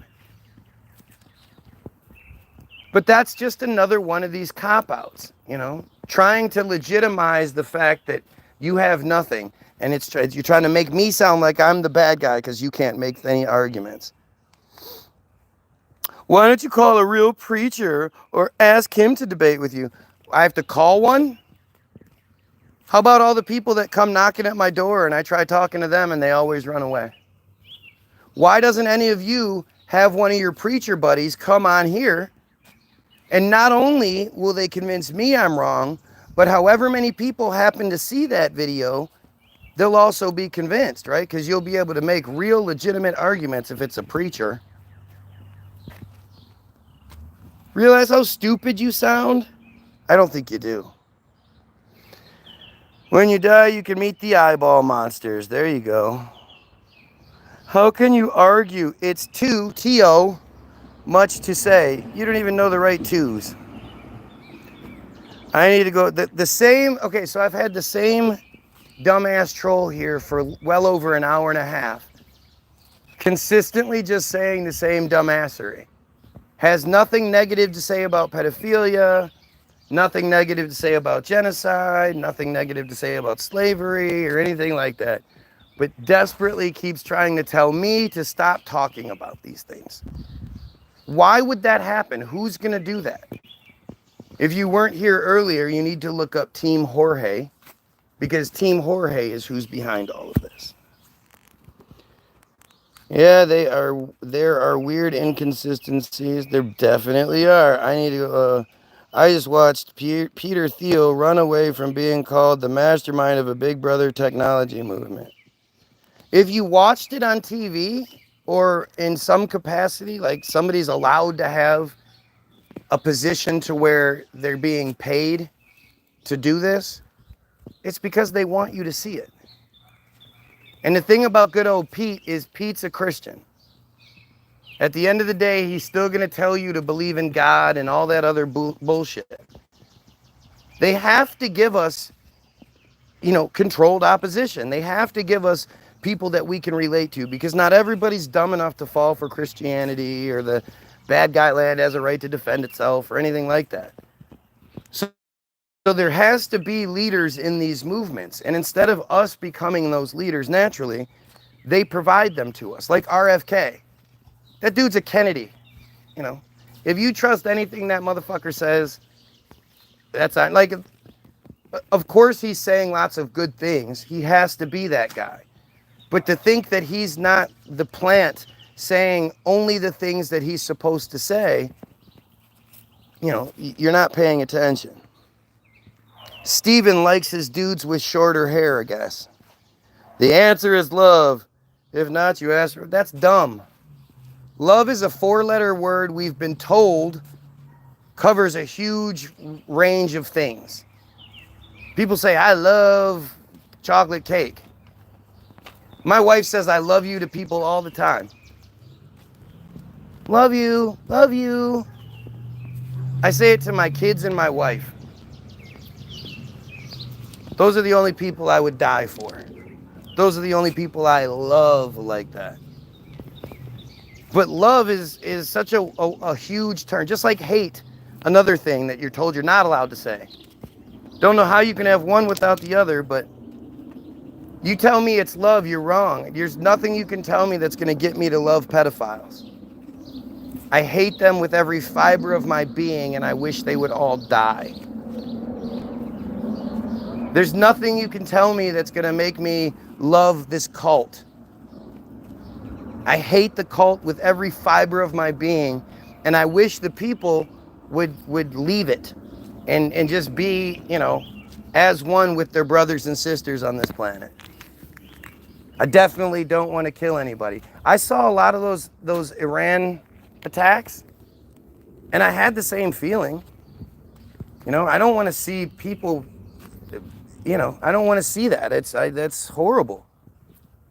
But when you know who's on that side, it's hard to hate it.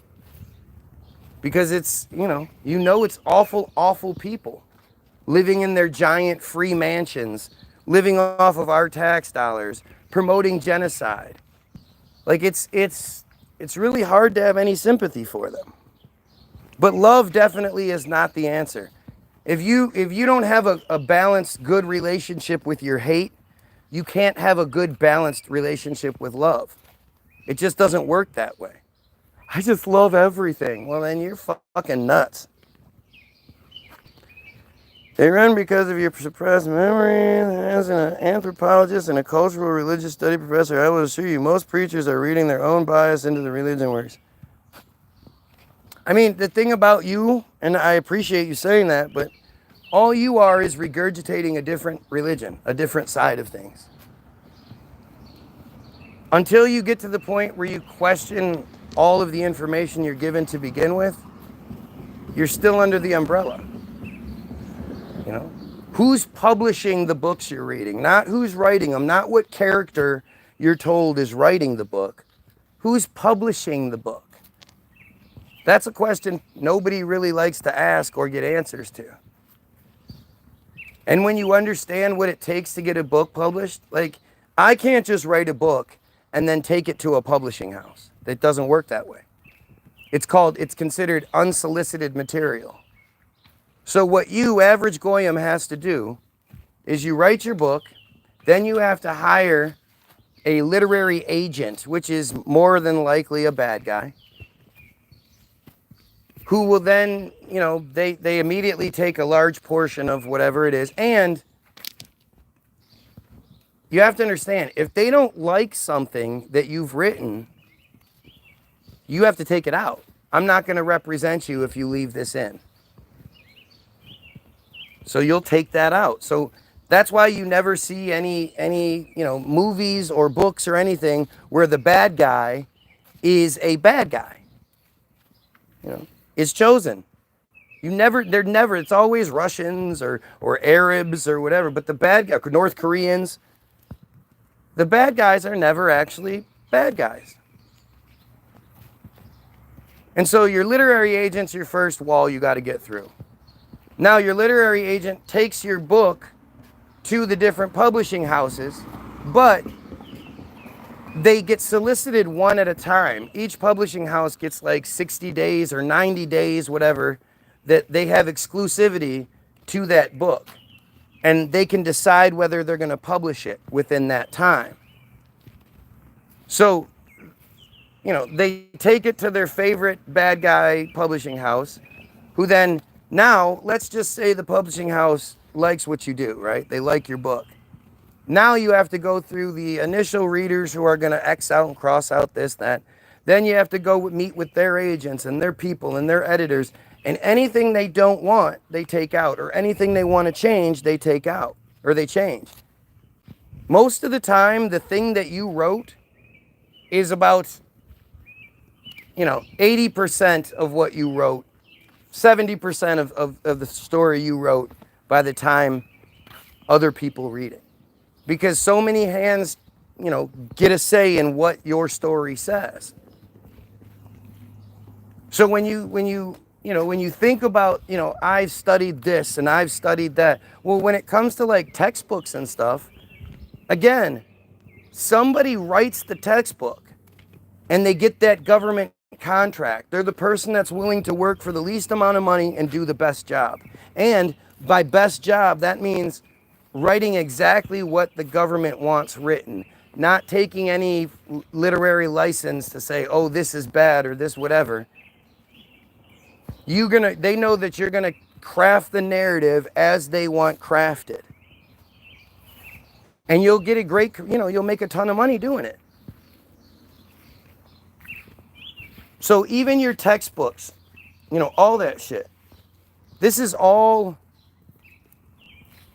it's all what you're supposed to know. Very, very little mainstream or or mass-produced information is the real deal. Is not some sort of manipulation. So I appreciate your opinion on that, but I've also watched Hollywoodism. And if you haven't watched Hollywoodism, you're missing out. Hollywoodism is the most important piece of film ever made. It's more important than 200 Proofs the Earth is Not a Spinning Ball. It's more important than Loose Change and Zeitgeist and all those other, truther movies, that Obama Deception, all these things, A Rich Man's Trick. All these conspiracy theory movies, all these historical movies, documentaries, none of them compare to something called Hollywoodism. And Hollywoodism is readily available on YouTube. You can look it up easily. I'm going to leave you a link to it in the description. That's after the fact. Along with the link to the website, www.the-bilderberg-group.com. Free download. But Hollywoodism is a documentary-esque film about the creation of Hollywood. And it's made by them. They make so you can't hide behind, oh, that's just Alex Jones, that's just this, that, and you can't hide behind any of that shit. They made this movie. If I made the movie and I made it word for word, other than instead of saying, we and us, I said they and them, it would be, panned up and down. It would be called, the anti-supremacy tropes, anti-this, and blah, blah, blah, blah. It would be so panned because they say all of the things that we're not supposed to say. They can control Hollywood. They always controlled Hollywood. They invented Hollywood. They built it how they wanted to build it. They ran it with nepotism was very, very strong. Only their family, only their friends. And 6 guys, blah, blah, blah. 6 guys invented it. And, it's the most telling and informative piece of film ever made. And unless you've been here, you haven't heard of it. And when you understand what's being said in Hollywoodism, when the one broad says, you could essentially say the American dream is the bad guy dream. When you understand that they're flat out telling you they used Hollywood to create everything we know. They used Hollywood to create the government that we know. They used Hollywood to create the history that we know. The history is manufactured. Anything over 100 years is hearsay, but to that, that's only in limited, in a limited capacity as well, because, if you ask any detective, if you have a crime, you have 10 witnesses to a crime, right? You interview those 10 people 10 minutes after the crime took place, you're going to get 10 stories that are similar, but they'll have differences, but they'll still be similar. You interview those people 10 hours later, and there'll be a few more differences. 10 days later, now the differences will really start showing up. 10 weeks later, you're going to start seeing like some significant changes where somebody will say, it was during the day, and another person says it's at night, and, multiple things like that. 10 months later, you're going to see like it happened on this day. No, it happened on that day. It's not your Switch. Okay, so what's the problem?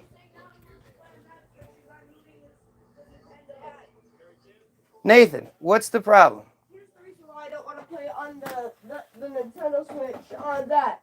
The controllers aren't that long. Nick's bed is closer than the chairs are.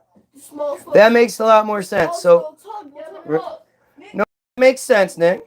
It's way easier. Wait, if he can make it so it works, though, then you should be okay with it. Right here. No, look. See, just fell. Hey, I can just fix it. It's an easy modification. Okay, so fix it, Gob. Dude, I'm not doing this. Remember, Nathan, unfortunately, that's his room. So if you want to do something else, then do it in the living room. Wait, Dad, but Nathan, I'm not going to keep arguing. Nathan. Look, I even moved the thing. Nathan, the smallest little tug will shut it off anywhere.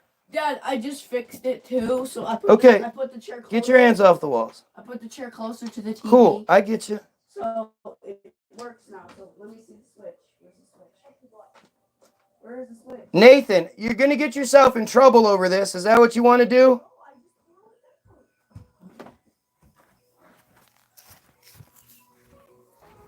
Oh, it's so fun. But Hollywoodism, it tells you like your educational system, everything was formulated through Hollywood. That's how they did it. That's how they were able to get in the position that they're in now, is by controlling every aspect of our lives, our faith, our intelligence. I mean, do you know how many people love to get into the round earth argument? Like military. Like they've flown around up in space and seen Earth from far away, and they know for a fact. Like, do you realize how stupid that is? What is that? Our military hired Hollywood to do all of their training videos. Right. And propaganda videos, yeah. All of it. Yeah. Like that's huge. It's all huge. All of Hollywoodism should just be one big holy shit after another. Listening to my stepdad yesterday morning, was scary. Right. Because, he's getting his information about the Israel-Iran conflict, or whatever it's being called. Right. From the news media. And he watches the different ones, go from different one to different. But they're all saying the same thing. But they're all saying the same thing, which is just reinforcement for him that, well, it must be true. They're all saying it. It's not like one saying one thing and the other saying another. Which is weird because it then overrides his common sense. Because he knows bad guy land attacked Iran first. But he also comes from the era of Walter Cronkite, which planted the seed that, oh no, the truth always comes out. There's going to be a good journalist that's going to be the truth. Right. So he... But you also know at this point that journalist will get censored and silenced. You know that. He does that from that era. He doesn't. He does, though. He's just forgotten that shit. He's just like the system has...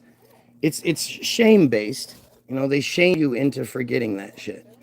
They shame you into believing that, like, you're the bad guy because you answer questions or you ask questions, because you don't just believe the system that's consistently caught lying to us. Well, because they wouldn't lie to us. He still has that mentality. He said that to me yesterday morning. Well, why would they lie to us? Well, to control your way of thinking and make you Support stand what they're behind doing. whatever side they want you to. Right. And the thing is, he knows that. Like, when it comes to whatever president he doesn't vote for, you know, he's going to be like, well, they're just controlled. They don't, they're not. Biden was, you know, he has nothing but the same typical things to say about Biden that you hear. You know? Biden made the groceries go up. Biden made the gas prices grow. He's in a very confused space because he does not like Trump. Right. But he did not like Biden. Right. And he didn't like Biden for what reason? Because he's an old, but that's what I mean. He doesn't have man that shouldn't be in office. He doesn't have. But at this point, like, he knows that the office is a big manipulation. He knows these things. He just falls for it. Like, it's weird. You know, just like he knows there's no God in all that bullshit. But he's still going to tell you that there is, because that's what his programming says. But he knows it. I think, honestly, that generation still, if they know it, it's buried so deep in their subconscious, they won't let it creep to the surface. They do let it creep to the surface all the time. Our generation, the one after them, has allowed it to creep up more to where there's a lot more awareness. And now the generation after us have so much more awareness. It's, you know. Sure, but they know it. I'm like I say, they know it when it's the thing that they don't like. They don't, you know, Biden controlled by all these other forces and all these people, and him and Kamala. Like, dude, do you really think him and Kamala are sitting in there deciding how much groceries should cost? And he'd be like, well, no. Well, and then he was talking about how Trump, you know, he's trying to be a dictator. He's trying to be Hitler. He's, you know, 95% responsible for all the bullshit going on and blah, blah, blah. And then when I took it further and said, well, who do you think pulls his strings? What is his path kind of resembling? Oh, I don't know about all that. And, you know. Right, because that's the shutdown. And that's when you kind of have to force people to, like, no, seriously. Like, what do you think? Do you honestly think Trump is this intelligent that he's able to come up with all these schemes by himself? I said, you know, he's not smart enough to come up with all that on his own. Well, that's why he hires smart people to be around him. Okay, so who are those people? And he doesn't hire them. They're appointed, or they're put in place. Well, no, they're put in. He doesn't put them in. He doesn't hire them. Like, that's just the thing, is like, people, you fall for the narratives when you want to believe it. And instead of even going, you know, where it's difficult to do it when it goes against what you want to believe. That's where the true test is. Are you going to keep questioning the things you like just as much as the things you hate? And you know, the other thing, the biggest thing is, we all know who the bad guys are. We all know who controls Hollywood. We all know who controls the government. We all know who controls the money. We know these things. We just have to get over that belief that we're not supposed to talk about it. How do we fix anything if we're not talking about those key factors?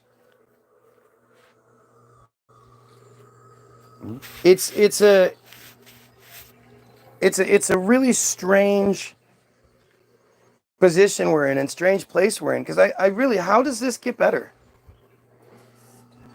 How does with everything just sort of simmers down, the genocide just sort of simmers down, and, you know, like all these riots and stuff, they just sort of simmer. That's just what you think happens?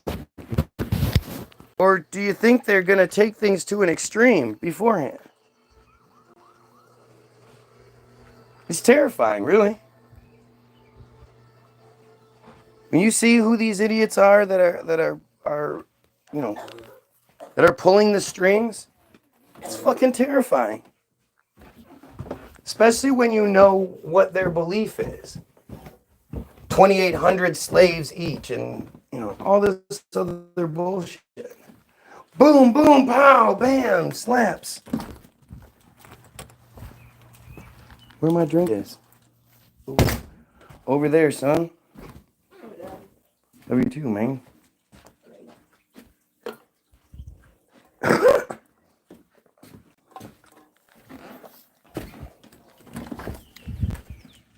It's funny, all those people that were here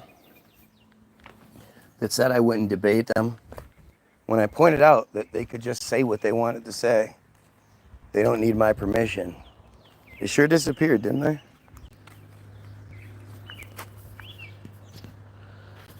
Oh.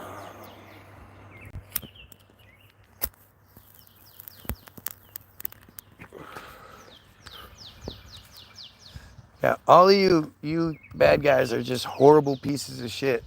And the craziest part is how proud you are. Like, there is no, oh well, there are good bad guys and then the other bad guys. No, they're all really horrible bad guys. You know, we have to understand that's what's happening. They've done this bullshit with the Zionist thing and all this other. They're all horrible bad guys. They're all supporting a genocide that's taking place, right? And they're not condemning it. And they don't like the fact that you know, someone like again, don't you think it's strange that instead of coming in here and arguing the points, they just continuously come in here and tell me not to say these things? What does that tell you? One, they're really, really stupid because they don't have an ability to argue the points. But two, they don't want us talking about this because the more people know, the less likely they are to maintain their position.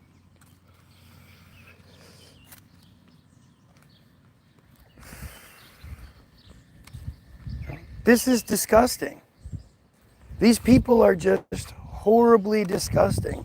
Warmongering, hate mongering. They're why we, you know, again, through Hollywoodism, they're why we don't like each other.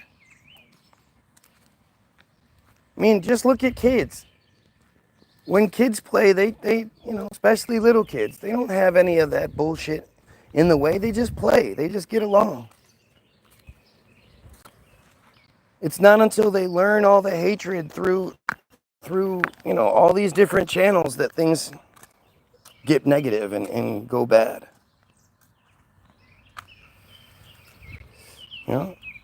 The whole idea, like when they come up, they'll be like, you're a Hamas supporter. Well, like that's supposed to be something that's a negative. Why would that be a negative? The only thing is Hamas isn't real, right? Hamas is just their boogeyman, you know, Al-Qaeda, ISIS character that they use to get their way. It only shows up when it's convenient for bad guy land. But if they were real, hell yeah. Everything. Everything they've done or are said to have done would be completely justified. Do you know that prior to October 7th, Bad Guy Land had killed at least 240 civilians with their nightly illegal raids and taken thousands and thousands of more people hostage? Did you know that? As far as defending oneself, you know, the Palestinians' entire existence is defending themselves. So if Hamas was actually real and did actually orchestrate an attack, they would be completely justified in defending themselves. Bad Guy Land can't say that anybody killed 200 plus, 240 plus of their people prior to. Not even close.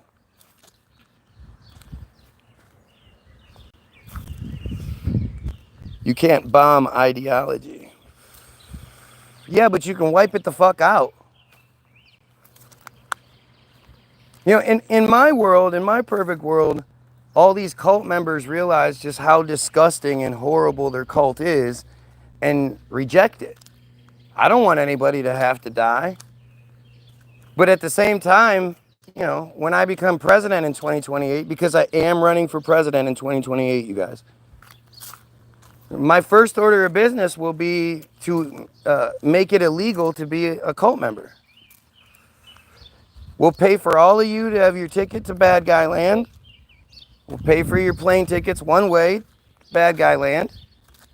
And from there on, you guys see how you fare. No more U.S. backing, no more $3.8 billion a year, none of that shit.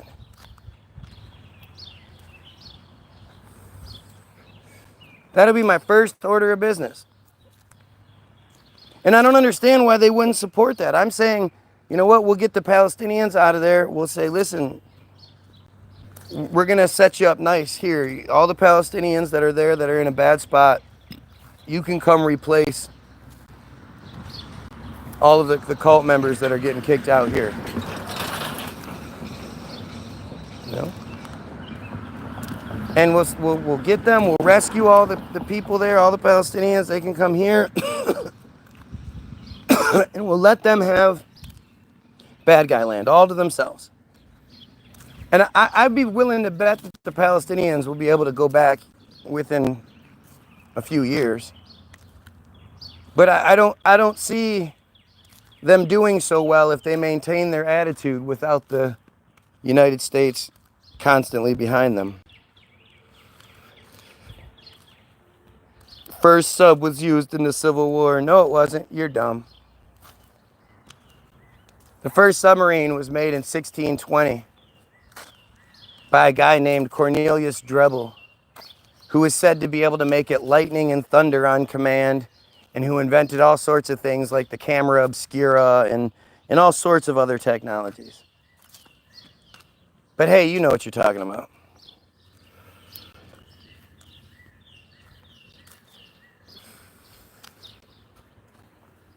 Rez is already there, Matt. What are you doing? You know, if anybody knows better, you know better. That is a Bad Guy Land bot if I've ever seen one. You sound like Trump, but you just switched a couple races around. The bad guys are not a race, dumbass. You can't convert to a race. I don't care how much you want to dress like a stereotype. If you're white, you'll never be a black stereotype.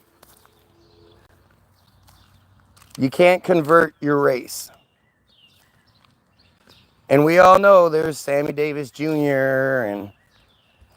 and there's the whole, you know, Semitic versus non-Semitic element of it. But no, they're not a race, so don't be stupid. I'm talking about a cult. A cult. This is a cult. There's nothing more. It's a cult. It's a disgusting, disgusting cult. And their practices should no longer be accommodated by a civil society. Should be 110 countries. But, you know, that's if you believe it. I don't believe that shit. I've gotten to this point where when it comes to history, as much as I love history, winners write it. The winners write the history, and it's wrong. I grew up my whole life never hearing about Tartaria. Tartaria, at the very least, was a major, major controller of the world for a long time. So I should have at the very least heard of it. But no.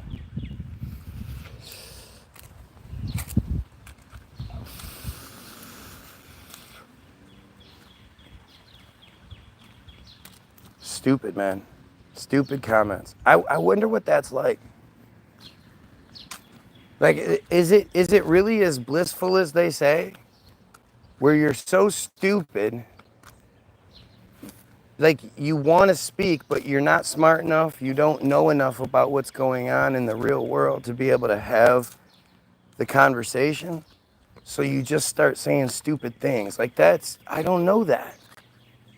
I always sort of compare it to like if I was in a stockbroker meeting or whatever.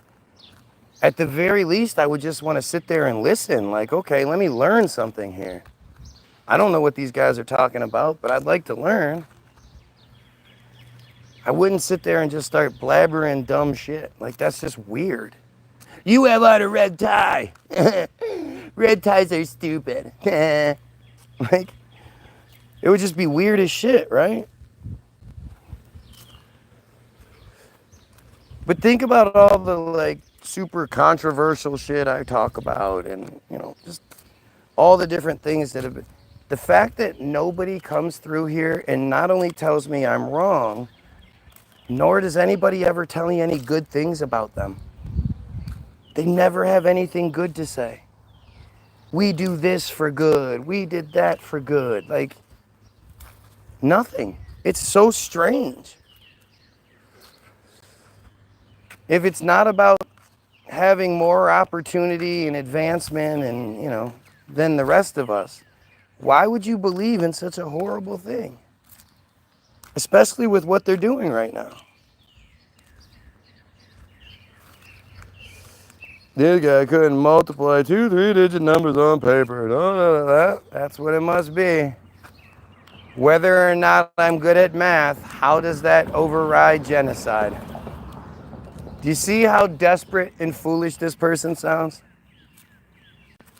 They're so desperately trying to shoot the messenger that they don't realize how stupid they are. They can't argue any points I'm making, so they're just saying stupid shit, hoping that it sticks. Hoping that any of you that are here and you might be on the fence and you might like, wait, this is kind of, they're hoping that you think I'm crazy or whatever it is. So then you can go, oh, no, you know what? I'm a Trump. Yeah, I'm going to go back to Trump. Okay. But at the end of the day, show me somebody that's made a reasonable argument. Even one. Right? How is that possible? If I'm wrong, how is it possible that nobody has even the slightest bit of anything to say that, you know, contradicts what I'm saying? I'm wrong, right? Isn't that how that works? If I'm wrong, then why isn't this easier for you?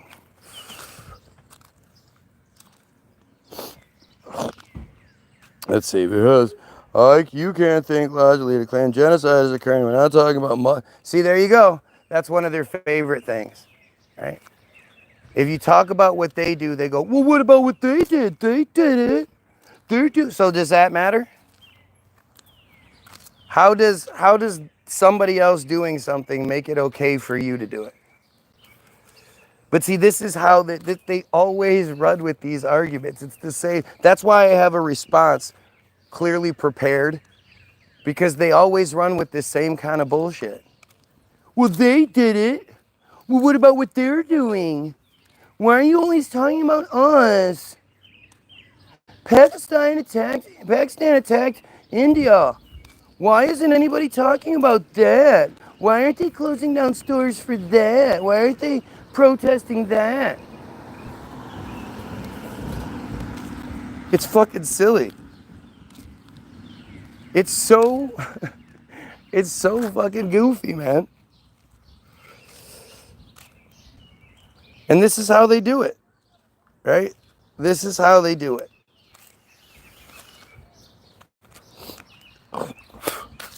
This is the same bullshit nonsense they try to do. I'm crazy and I'm bad because I'm talking about stopping genocide and pedophilia too much.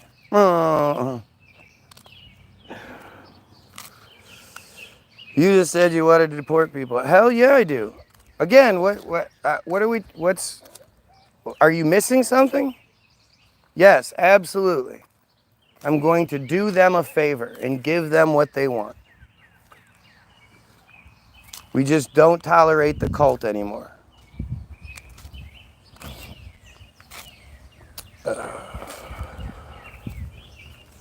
Oh yeah, throw it. I should throw it. Yep. because I'm some dumb kid.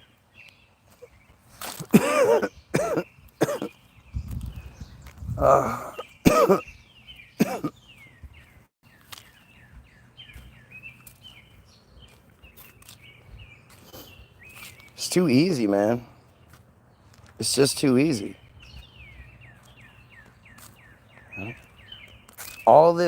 Everything everyone is saying, not one of these people is condemning pedophilia. Not one of these people is condemning genocide. They have all of this motivation and inspiration to say whatever dumb nonsense they can come up with. But not one of them is like, fuck, man, I don't like what you're saying about this, but yeah, you're right. The pedophiles all need to go, blah, blah. Not one of them. Isn't that interesting how that works?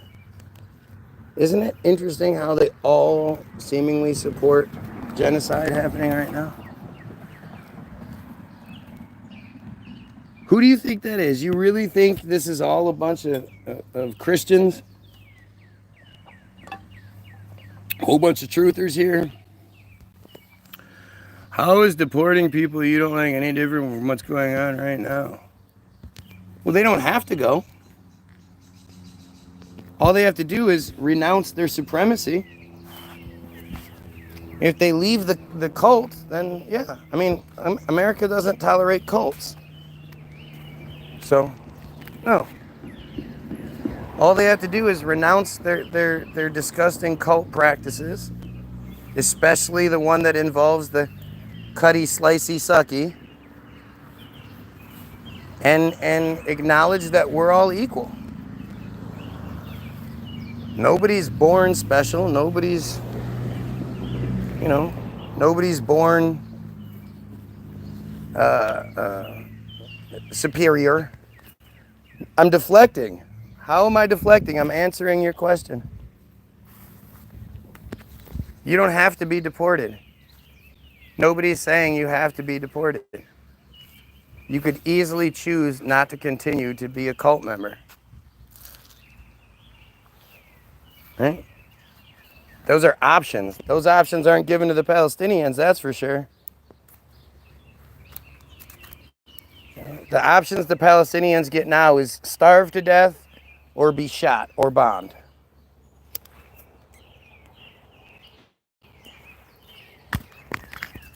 You really don't have much say in it, but that's your options. Dad, come here. Look at my record cider. Huh? Look at my records. The only one I'm not really proud of is Jazzy J, because that one took me a little bit. Because you suck. You're not good enough. I beat Bear Hugger in 25 seconds. Mr. Boring. Hurricane in 11 seconds. Boring. They're both first place, though. Yeah, boring. Come on.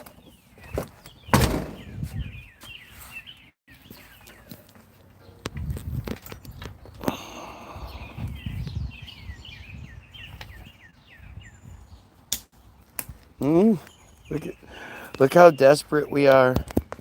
We're so desperate. Rehab and mental health. Well, now we're playing the hits. See, like I tell you, they're stupid. They only have a few things. Yeah. Yep, it's back to drugs and mental illness, and now we're going back into circles because you can't argue with what I'm saying.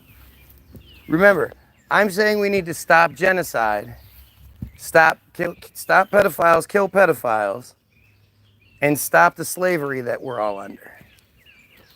And these guys oppose those things. Interesting, huh? Who do you think is going to oppose what I'm saying? I mean, it's just so obvious. No fucking decent person is going to be like, no, just we should keep that going. You know, no decent person thinks pedophiles should get more than one chance.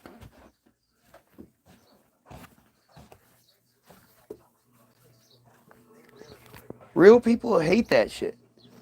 Real people, you know, they don't hesitate. And yet every single one of these guys, I'm the bad guy. Oh, shit, that sucked. Must have been God. God volcanoed my bull as punishment for speaking against his chosen favorite people.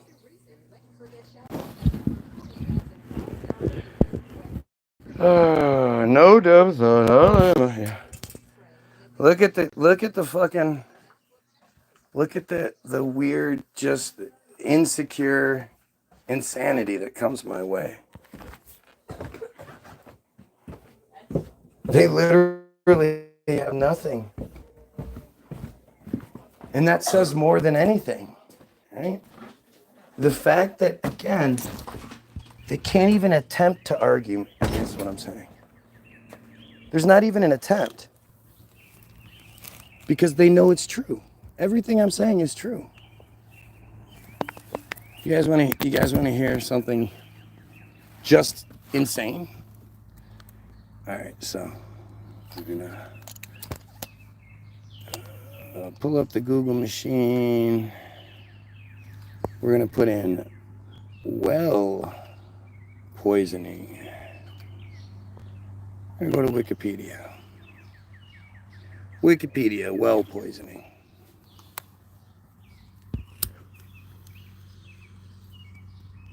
Think of this story when you hear that the people that have created the need for aid to be given are in charge of distributing the aid.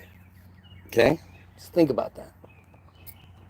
Think about what it's like to be a Palestinian and have to get food from the people that you know have created your need to get food from people. And they also have this history. Well poisoning is the act of malicious manipulation of potable water resources in order to cause illness or death, or to deny an opponent access to fresh water sources. Well poisoning has been historically documented as a strategy during wartime since antiquity, and was used both offensively as a terror tactic to disrupt and depopulate a target area, and defensively as a scorched earth tactic to deny an invading army sources of clean water. Rotting corpses, both animal and human, thrown down in wells were the most common implementation. In one of the earliest examples of biological warfare, corpses known to have died from common transmittable diseases of pre-modern era such as bubonic plague or tuberculosis were especially favored for well poisoning. So, history of implementation. Let's read. Instances of medieval uses. When well poisoning has been used as an important scorched earth tactic since at least medieval times. In 1462, for example, Prince Vlad the Impaler III, Vlad III the Impaler of Wallachia utilized this method to delay his pursuing adversaries. Nearly 500 years later, during the Winter War, the Finns rendered wells unusable by putting animal carcasses or feces in them to passively combat invading Soviet forces. That's interesting, right? Instances in modern usage. During the 20th century, the practice of poisoning wells has most of its potency and practicality against an organized force has lost most of its potency and practicality against an organized force as modern military logistics ensure secure and decontaminated supplies and resources. Well, unless you're like the Palestinians, right?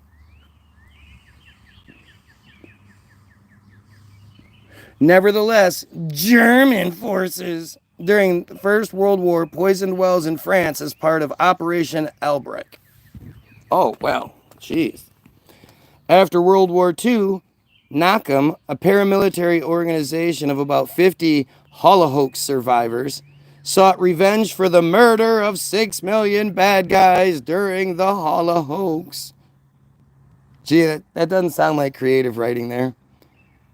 The group's leader, Abba Kovner, went to mandatory Palestine in order to secure large quantities of poison for poisoning wells, water mains, and kill large numbers of Germans. That's fucking disgusting. So, of all the things we've heard, it's been a war strategy to like delay an army or to protect oneself. We switch over to the bad guys, and they're talking about just killing civilians because they're upset. His followers infiltrated the water system of Nuremberg. However, Kovner was arrested upon arrival in the British zone of occupied Germany and had to throw the poison overboard. Really? So you just threw the poison into the water? Bad Guy Land poisoned the wells and water supplies of certain Palestinian towns and villages as part of their biological warfare program during the 1948 Palestine War, including a successful operation that caused a typhoid epidemic in Acre in early May 1948, just before the Nakba, and an unsuccessful attempt in Gaza that was foiled by the Egyptians in late May. Yeah. Those Egyptians, huh? They're obviously the good guys. What they've been doing recently is just disgusting.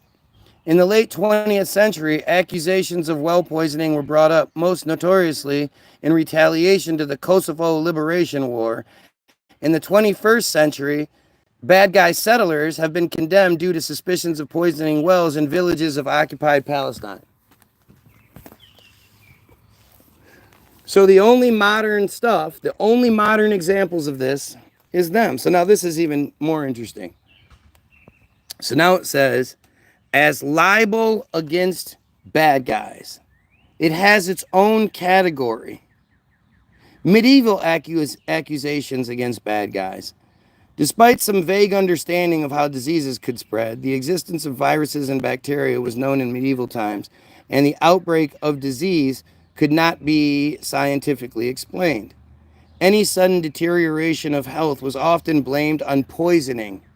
Europe was hit by several waves of Black Death throughout the late Middle Ages. Crowded cities were especially hit hard by the disease, with death tolls as high as 50% of the population.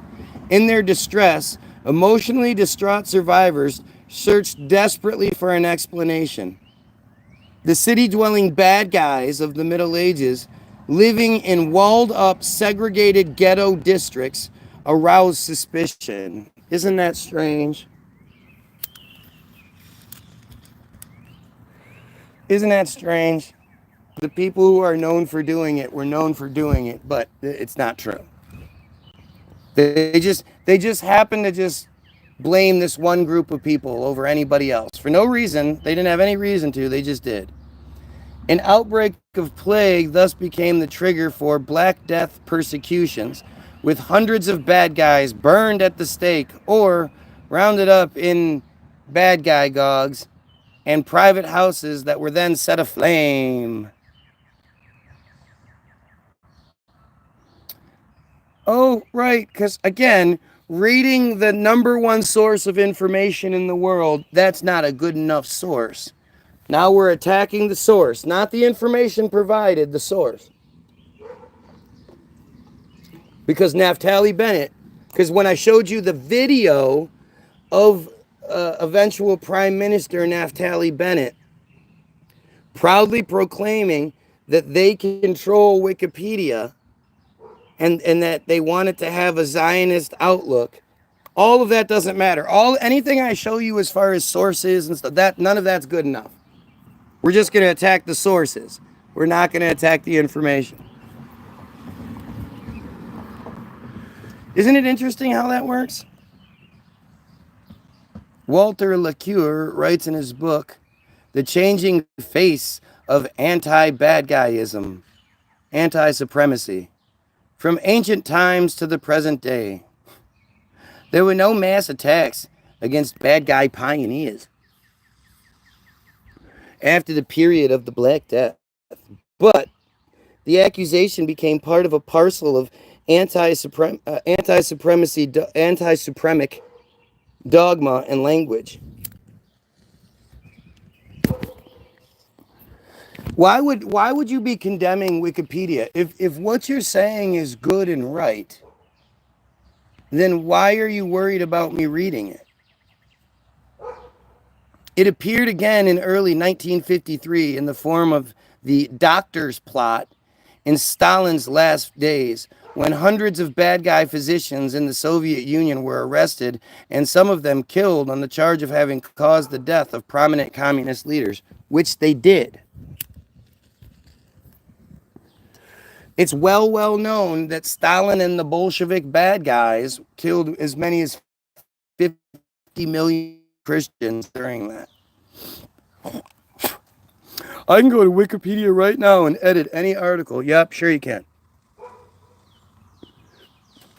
And you can't edit every article. Some of them are locked up. But if you do, it'll only last for a minute because the flags will go off and then they'll see and they'll check your edit. And if your edit isn't factual, then they just remove it. But what you're saying is somebody has gone through, and or maybe it's me, I've gone through and edited Wikipedia so that it makes the bad guys look like bad guys. Yeah, that makes sense, doesn't it? When in reality, Wikipedia is trying to make the bad guys look like victims, look like good guys. You know, this is if you open up the books on bad guy land, you demonize bad guy land, stupid. Remember, we talk about this a lot. It's a level of stupidity that just is shocking. Like, if you open up the books on you and only find stuff that demonizes you, well, that means you're a bad fucking piece of shit. Most good people aren't worried about you opening the books on them. That's why someone like me goes live and doesn't hide behind some fake dumbass profile. But to think that like, again, that somehow somebody's gone through and told all these factual stories, at least according to the system, in Wikipedia, just so I could read it on my live feed.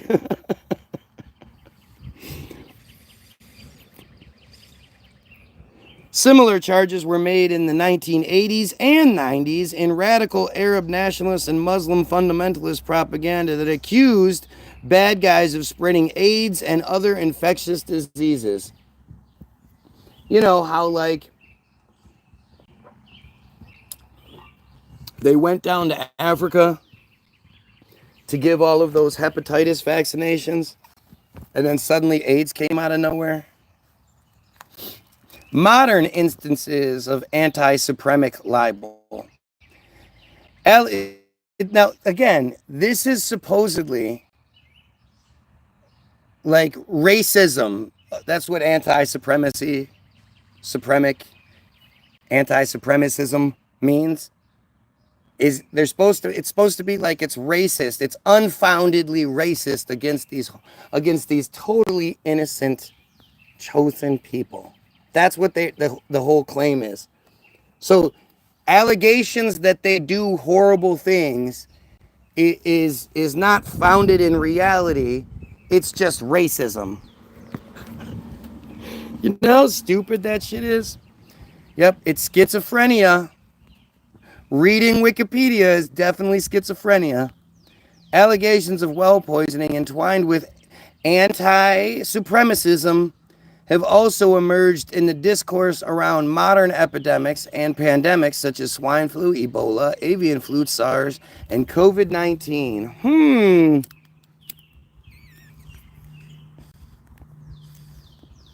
They're getting blamed for it. Gee, I wonder why.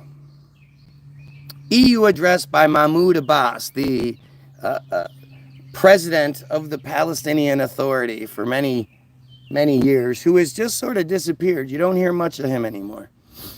In his address to the European Parliament on June 23rd, 2016, so he's been in office for almost 10 years, in Brussels, Palestinian Authority President and PLO Chairman Mahmoud Abbas made an unsubstantiated claim. Always works out that way. It's unsubstantiated. Allegation accusing rabbis of poisoning Palestinian wells. This was based on false media reports saying bad guy land rabbis were inciting the poisoning of water of Palestinians, led by Rabbi Shlomo Malma, or Malma from the Council of Rabbis in the West Bank settlements. A rabbi by that name could not be located, nor is such an organization listed. Well, then it must not be true. Abbas said, only a week ago, a number of rabbis in Bad Guy Land announced and made a clear announcement demanding that their government poison the water to kill the Palestinians. Isn't that clear incitement of mass killings against Palestinian people? The speech received a standing ovation. The speech was described as echoing anti-Semitic claims. It was standing ovation, but then it was okay. A day later, on Saturday, June 26, Abbas admitted that his claims that the EU were baseless. Just a day later. Abbas further said he didn't intend to harm bad guyism or to offend bad guy people around the world. Bad guy Prime Minister Benjamin Netanyahu stated in reaction that Abbas had spread a blood libel in his European Parliament address. What's a blood libel, you ask? It's the claim. It's funny how they've hijacked that claim and made it sound like they're the victims, when the claim is that they would kill children and use their blood for ritualistic purposes. That's what a blood libel is.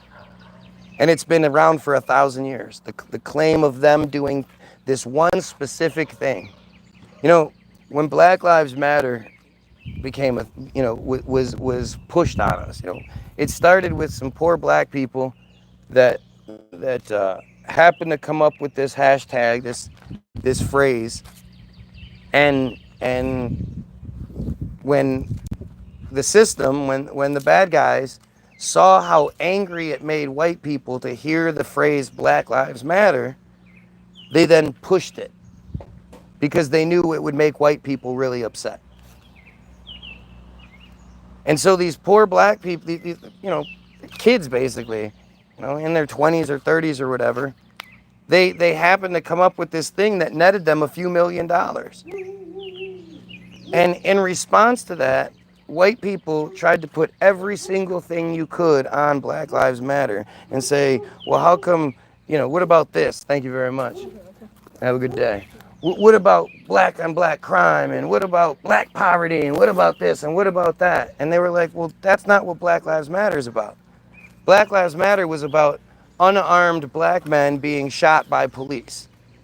That's what it was about. It wasn't about every other goofy thing you could attach to it. It was about this one specific horrible thing.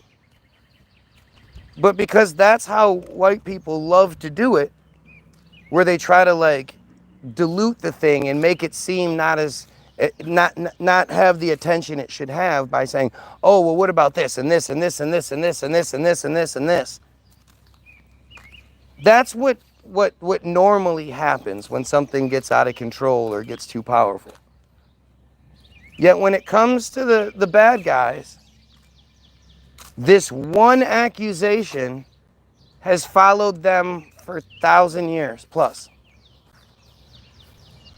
They're constantly being accused of killing, especially Christian children, but killing children and using their blood for ritualistic purposes.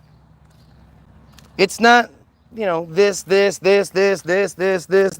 not all that. It's just one specific thing. Why would that be the case? You didn't bring the roach down, did you? Huh? No, I'll get it. So don't be. It's not a big deal.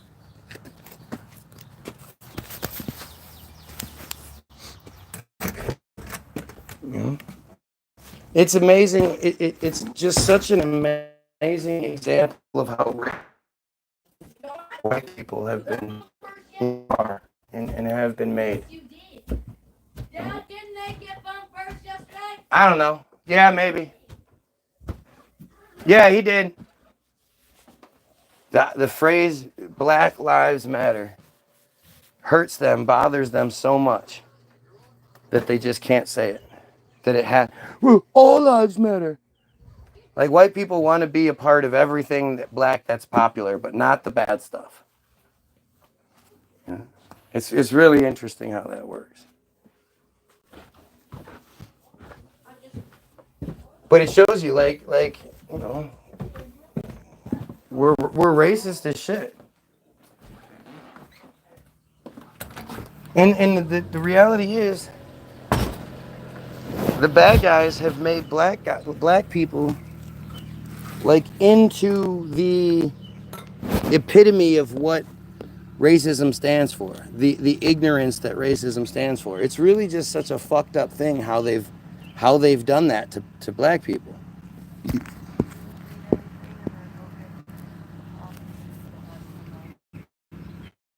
I'm good, thank you. Putting black people in fucking goofy jewelry and, you know, just the modern day blackface. The thug is the modern day blackface. The fact that they have MK Ultra'd an entire population to commit crimes at the utterance of a word.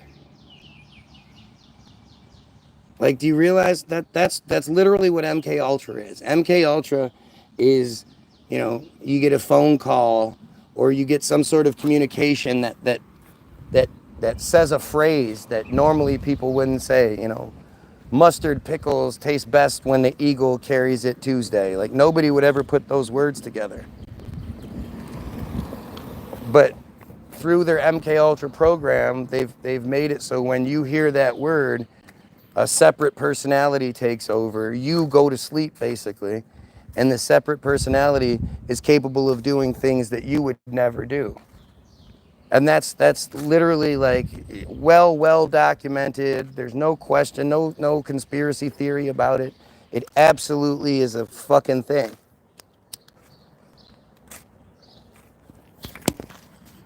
And now it's the same way. They've tricked black people into getting mad that white people can convince black people to do crime, to commit crime, assault, you know, murder at the utterance of a word. And now that whole black family is gonna suffer, the kids, the wife, whatever.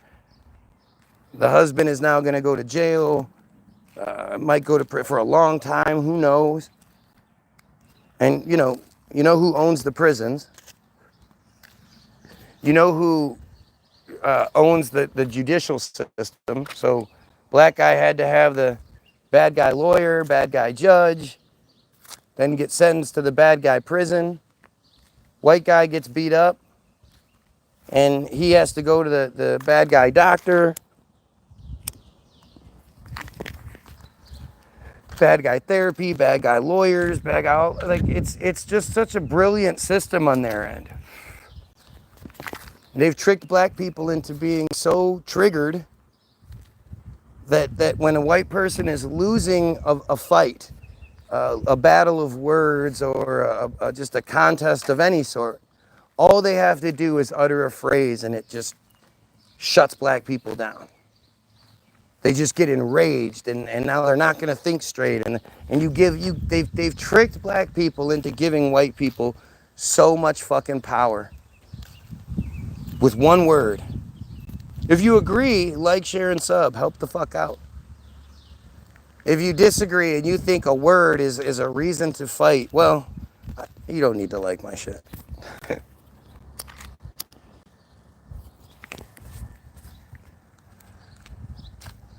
It's horrendous, man. It's so fucking crazy how that works. As soon as a white person utters the word, the N-word, I'd say it, but I don't need my video fucked with. As long as it has the ER on the end. If you're from the hood and you say it with an A, you get a pass in some situations. Some black guys just aren't going to have any of it.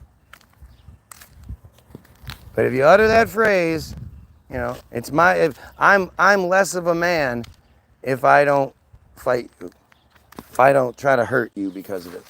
You can be losing all your shit, all that. We could be playing basketball. I can say it, and you're gonna get mad. And once you get mad, you're not gonna think straight.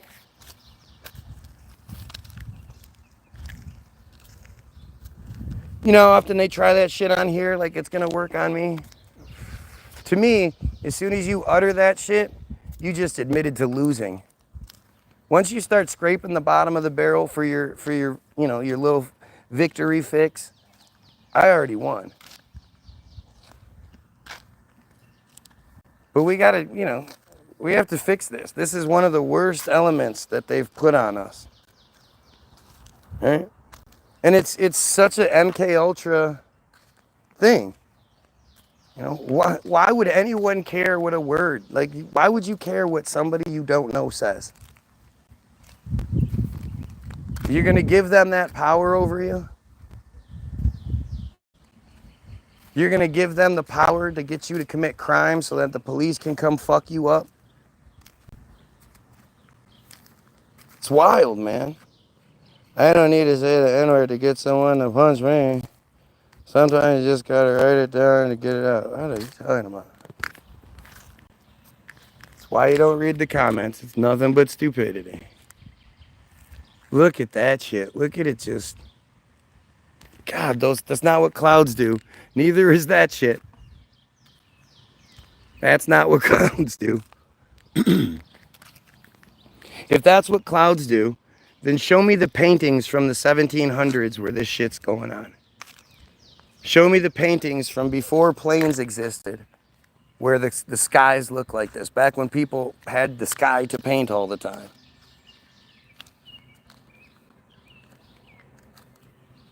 People fight over words all the time. Yes, people are... No.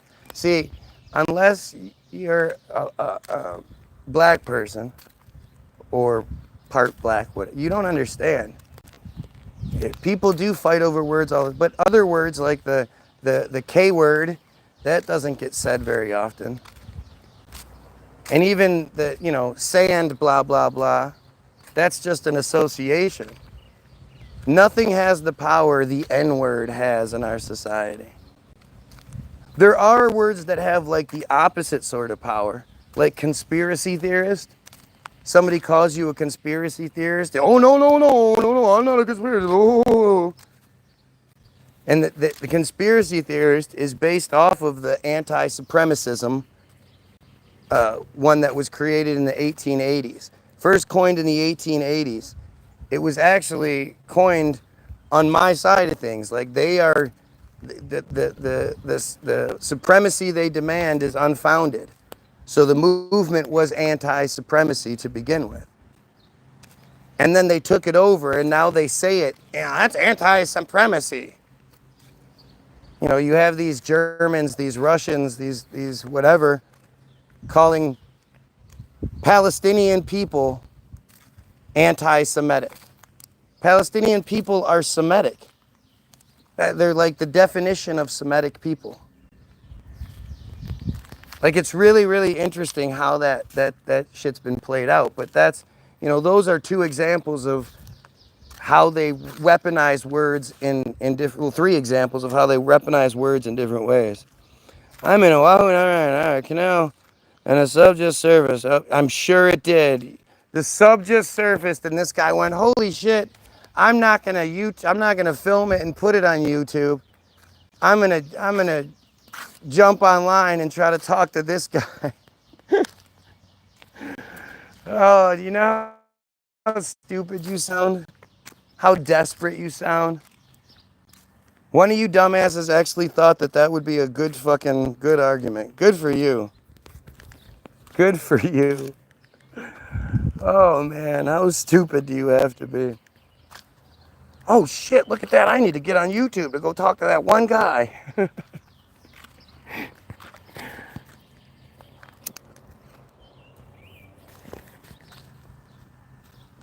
I saw a boat pop out of the water.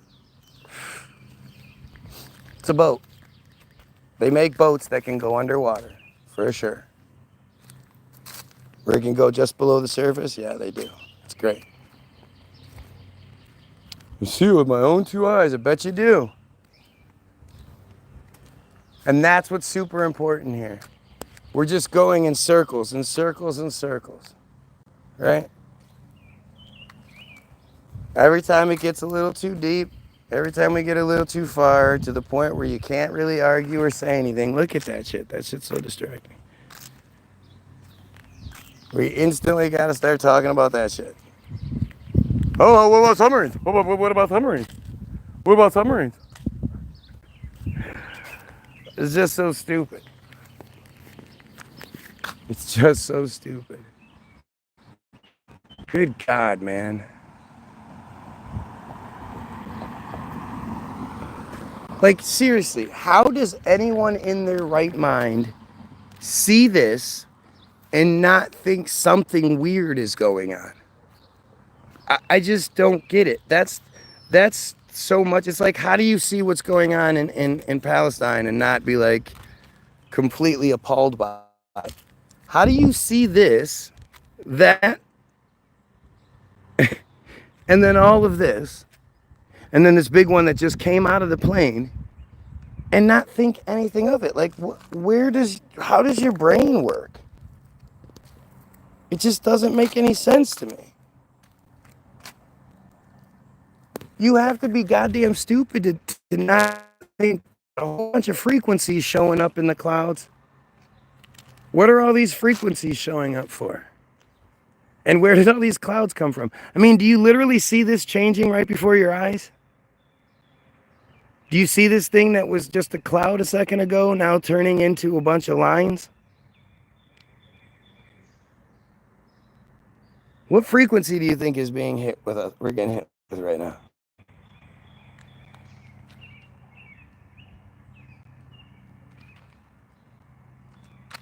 Wow, that's fucking nuts.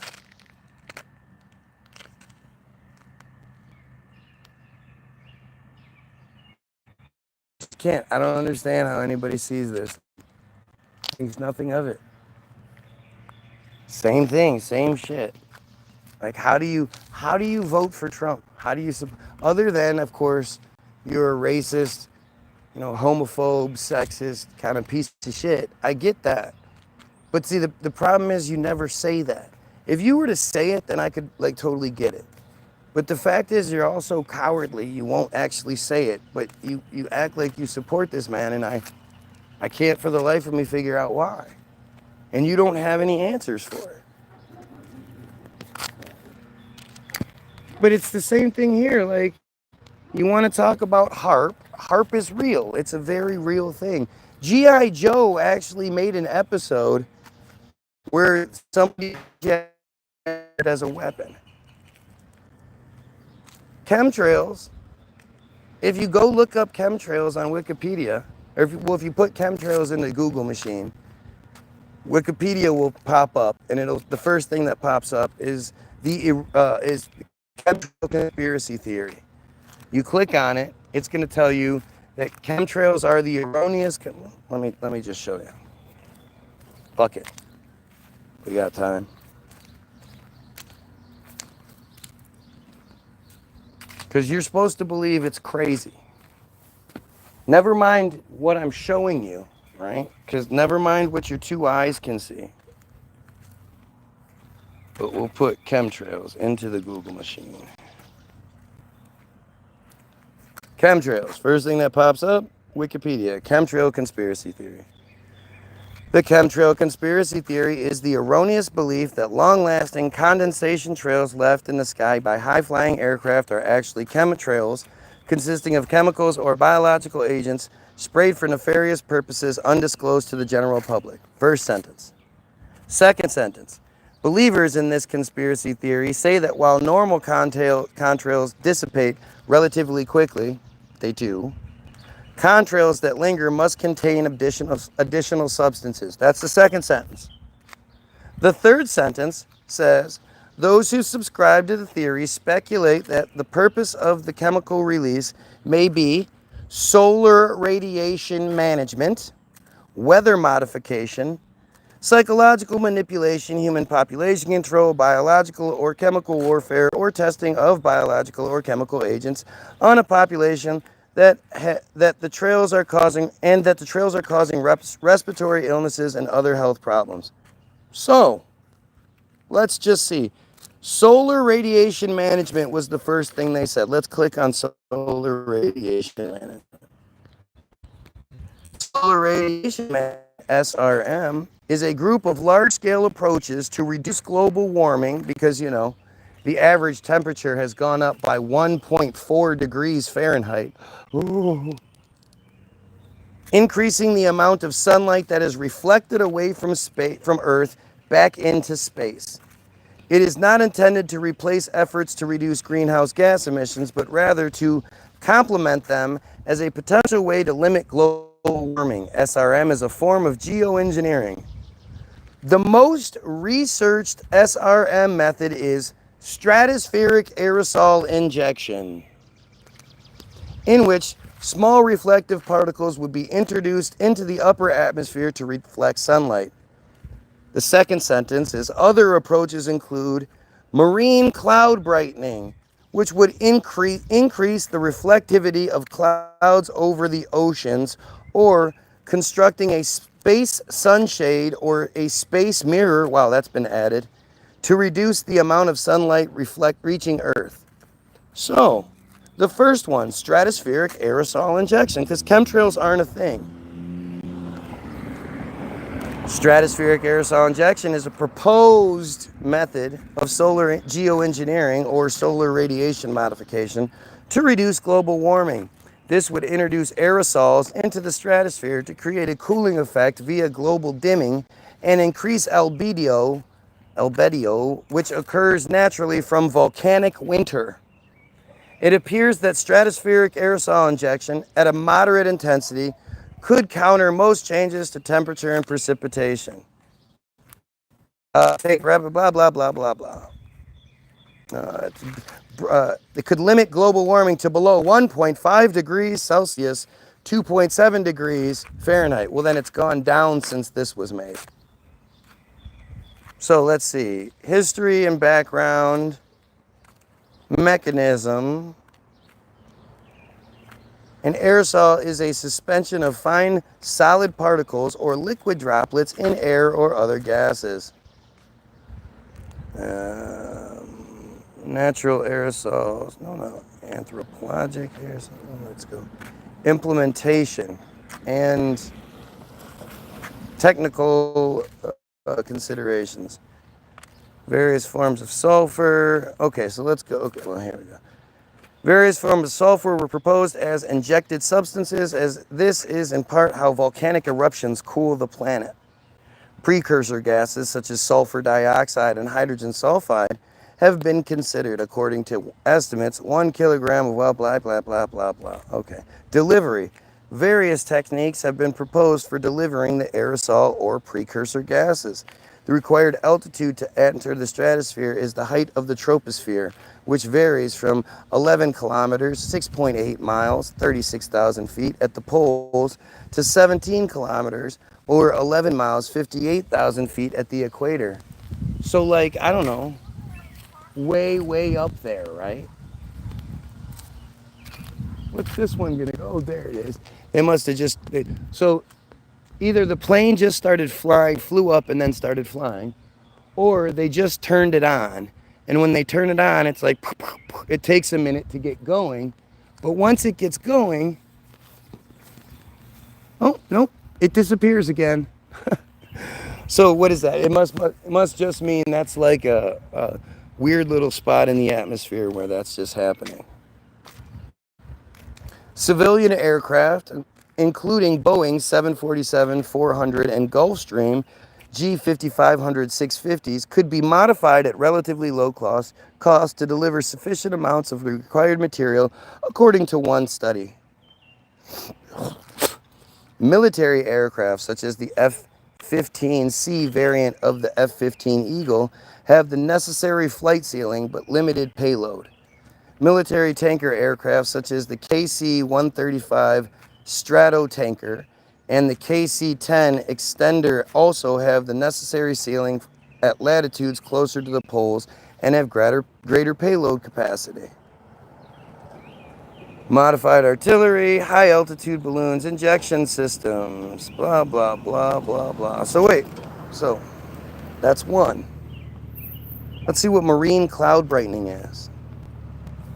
Marine cloud brightening, also known as marine cloud seeding or marine cloud engineering, may be a way to make stratocumulus clouds over the sea brighter, thus reflecting more sunlight back into space in order to limit global warming. So wait, why don't we look up cloud seeding? Oh, look at this. Cloud seeding is a type of weather modification that aims to change the amount of precipitation, mitigate hail, or disperse fog. The usual objective is to increase rain or snow, either for its own sake or to prevent precipitation from occurring in days afterward. Hey, what's that look like? See, what I did was I came to Wikipedia and I edited it so that I could come here and say these things later on. Cloud seeding is undertaken by dispersing substances into the air that serve as cloud condensation or ice nuclei. Common agents include silver iodide, potassium iodide, and dry ice. Go look up the history of dry ice if you want to have your mind blown. Methods include aircraft and ground-based generators, with newer approaches involving drones and electric charges to stimulate rainfall. Or infrared laser pulses aimed at introducing particle formation. History. Here's a history. Look, I'm going to show you a bunch of airplanes. Here we go. The Beech 18 used dry ice for cloud seeding in the early post-war era U.S. It's got to be what, like the 40s? Lockheed 18 cloud seeding from Wagga Airport, 1958, Australia. The Trojan T-28A Rainmaker, 1960. The Curtiss P Rainmaker, 1964, U.S., now at Yanks Air Museum. The Curtiss P-40N Weather Modification Company cloud seeding. Harvard Hail Defense, 1964, Canada. And then suddenly we jump to the Cessna 210, 2006, Austria. Or the Cessna Skymaker 2015, bad guy land, go figure. Here's the Alpha Jet 2014 in Morocco. In 1891, Louis Gathman suggested shooting liquid carbon dioxide into rain clouds to cause them to rain. In 1891, this could take you down a whole rabbit hole.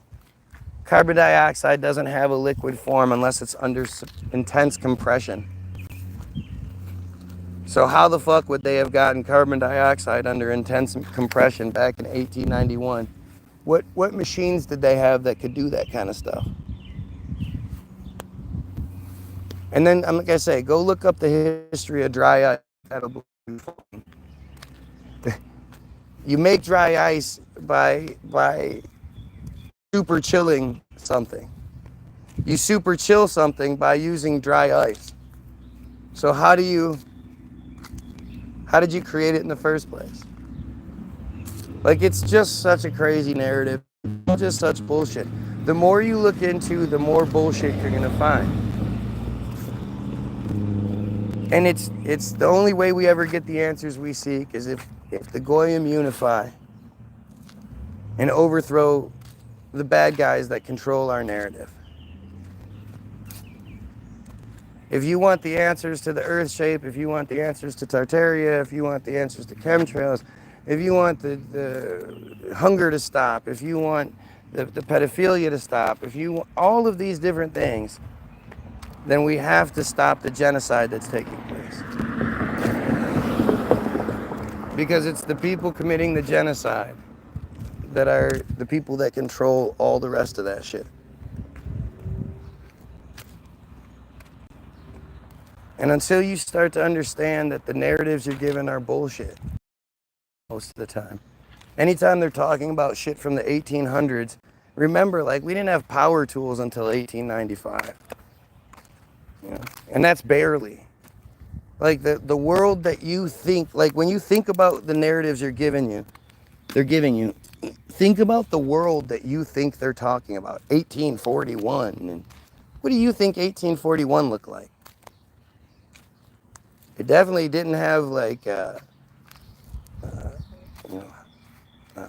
pneumatic pipe systems and subways and mail delivery systems and electricity. Like, you don't think that way, but the whole narrative is just fucking crazy. All of it is crazy. And it's all controlled by the same people committing genocide as we speak. So if you want the answer, if you want a better life for all of us, you know, if you want us to all live that life that's worth living, not being slaves, you know, machines doing most of the fucking work, then we need to overthrow the bad guys who keep us in the position we're in. It's really, really simple. It all comes down to the same things. And if I was wrong, people would say so. They'd say how. Not just that I'm wrong, they'd say how. But if I have to tell you to question that, like, I'll be happy to do it. Just be open to it. You know, realize how stupid you are. Realize that by making you believe stupid things, you become stupid. You might not be stupid, but you become stupid.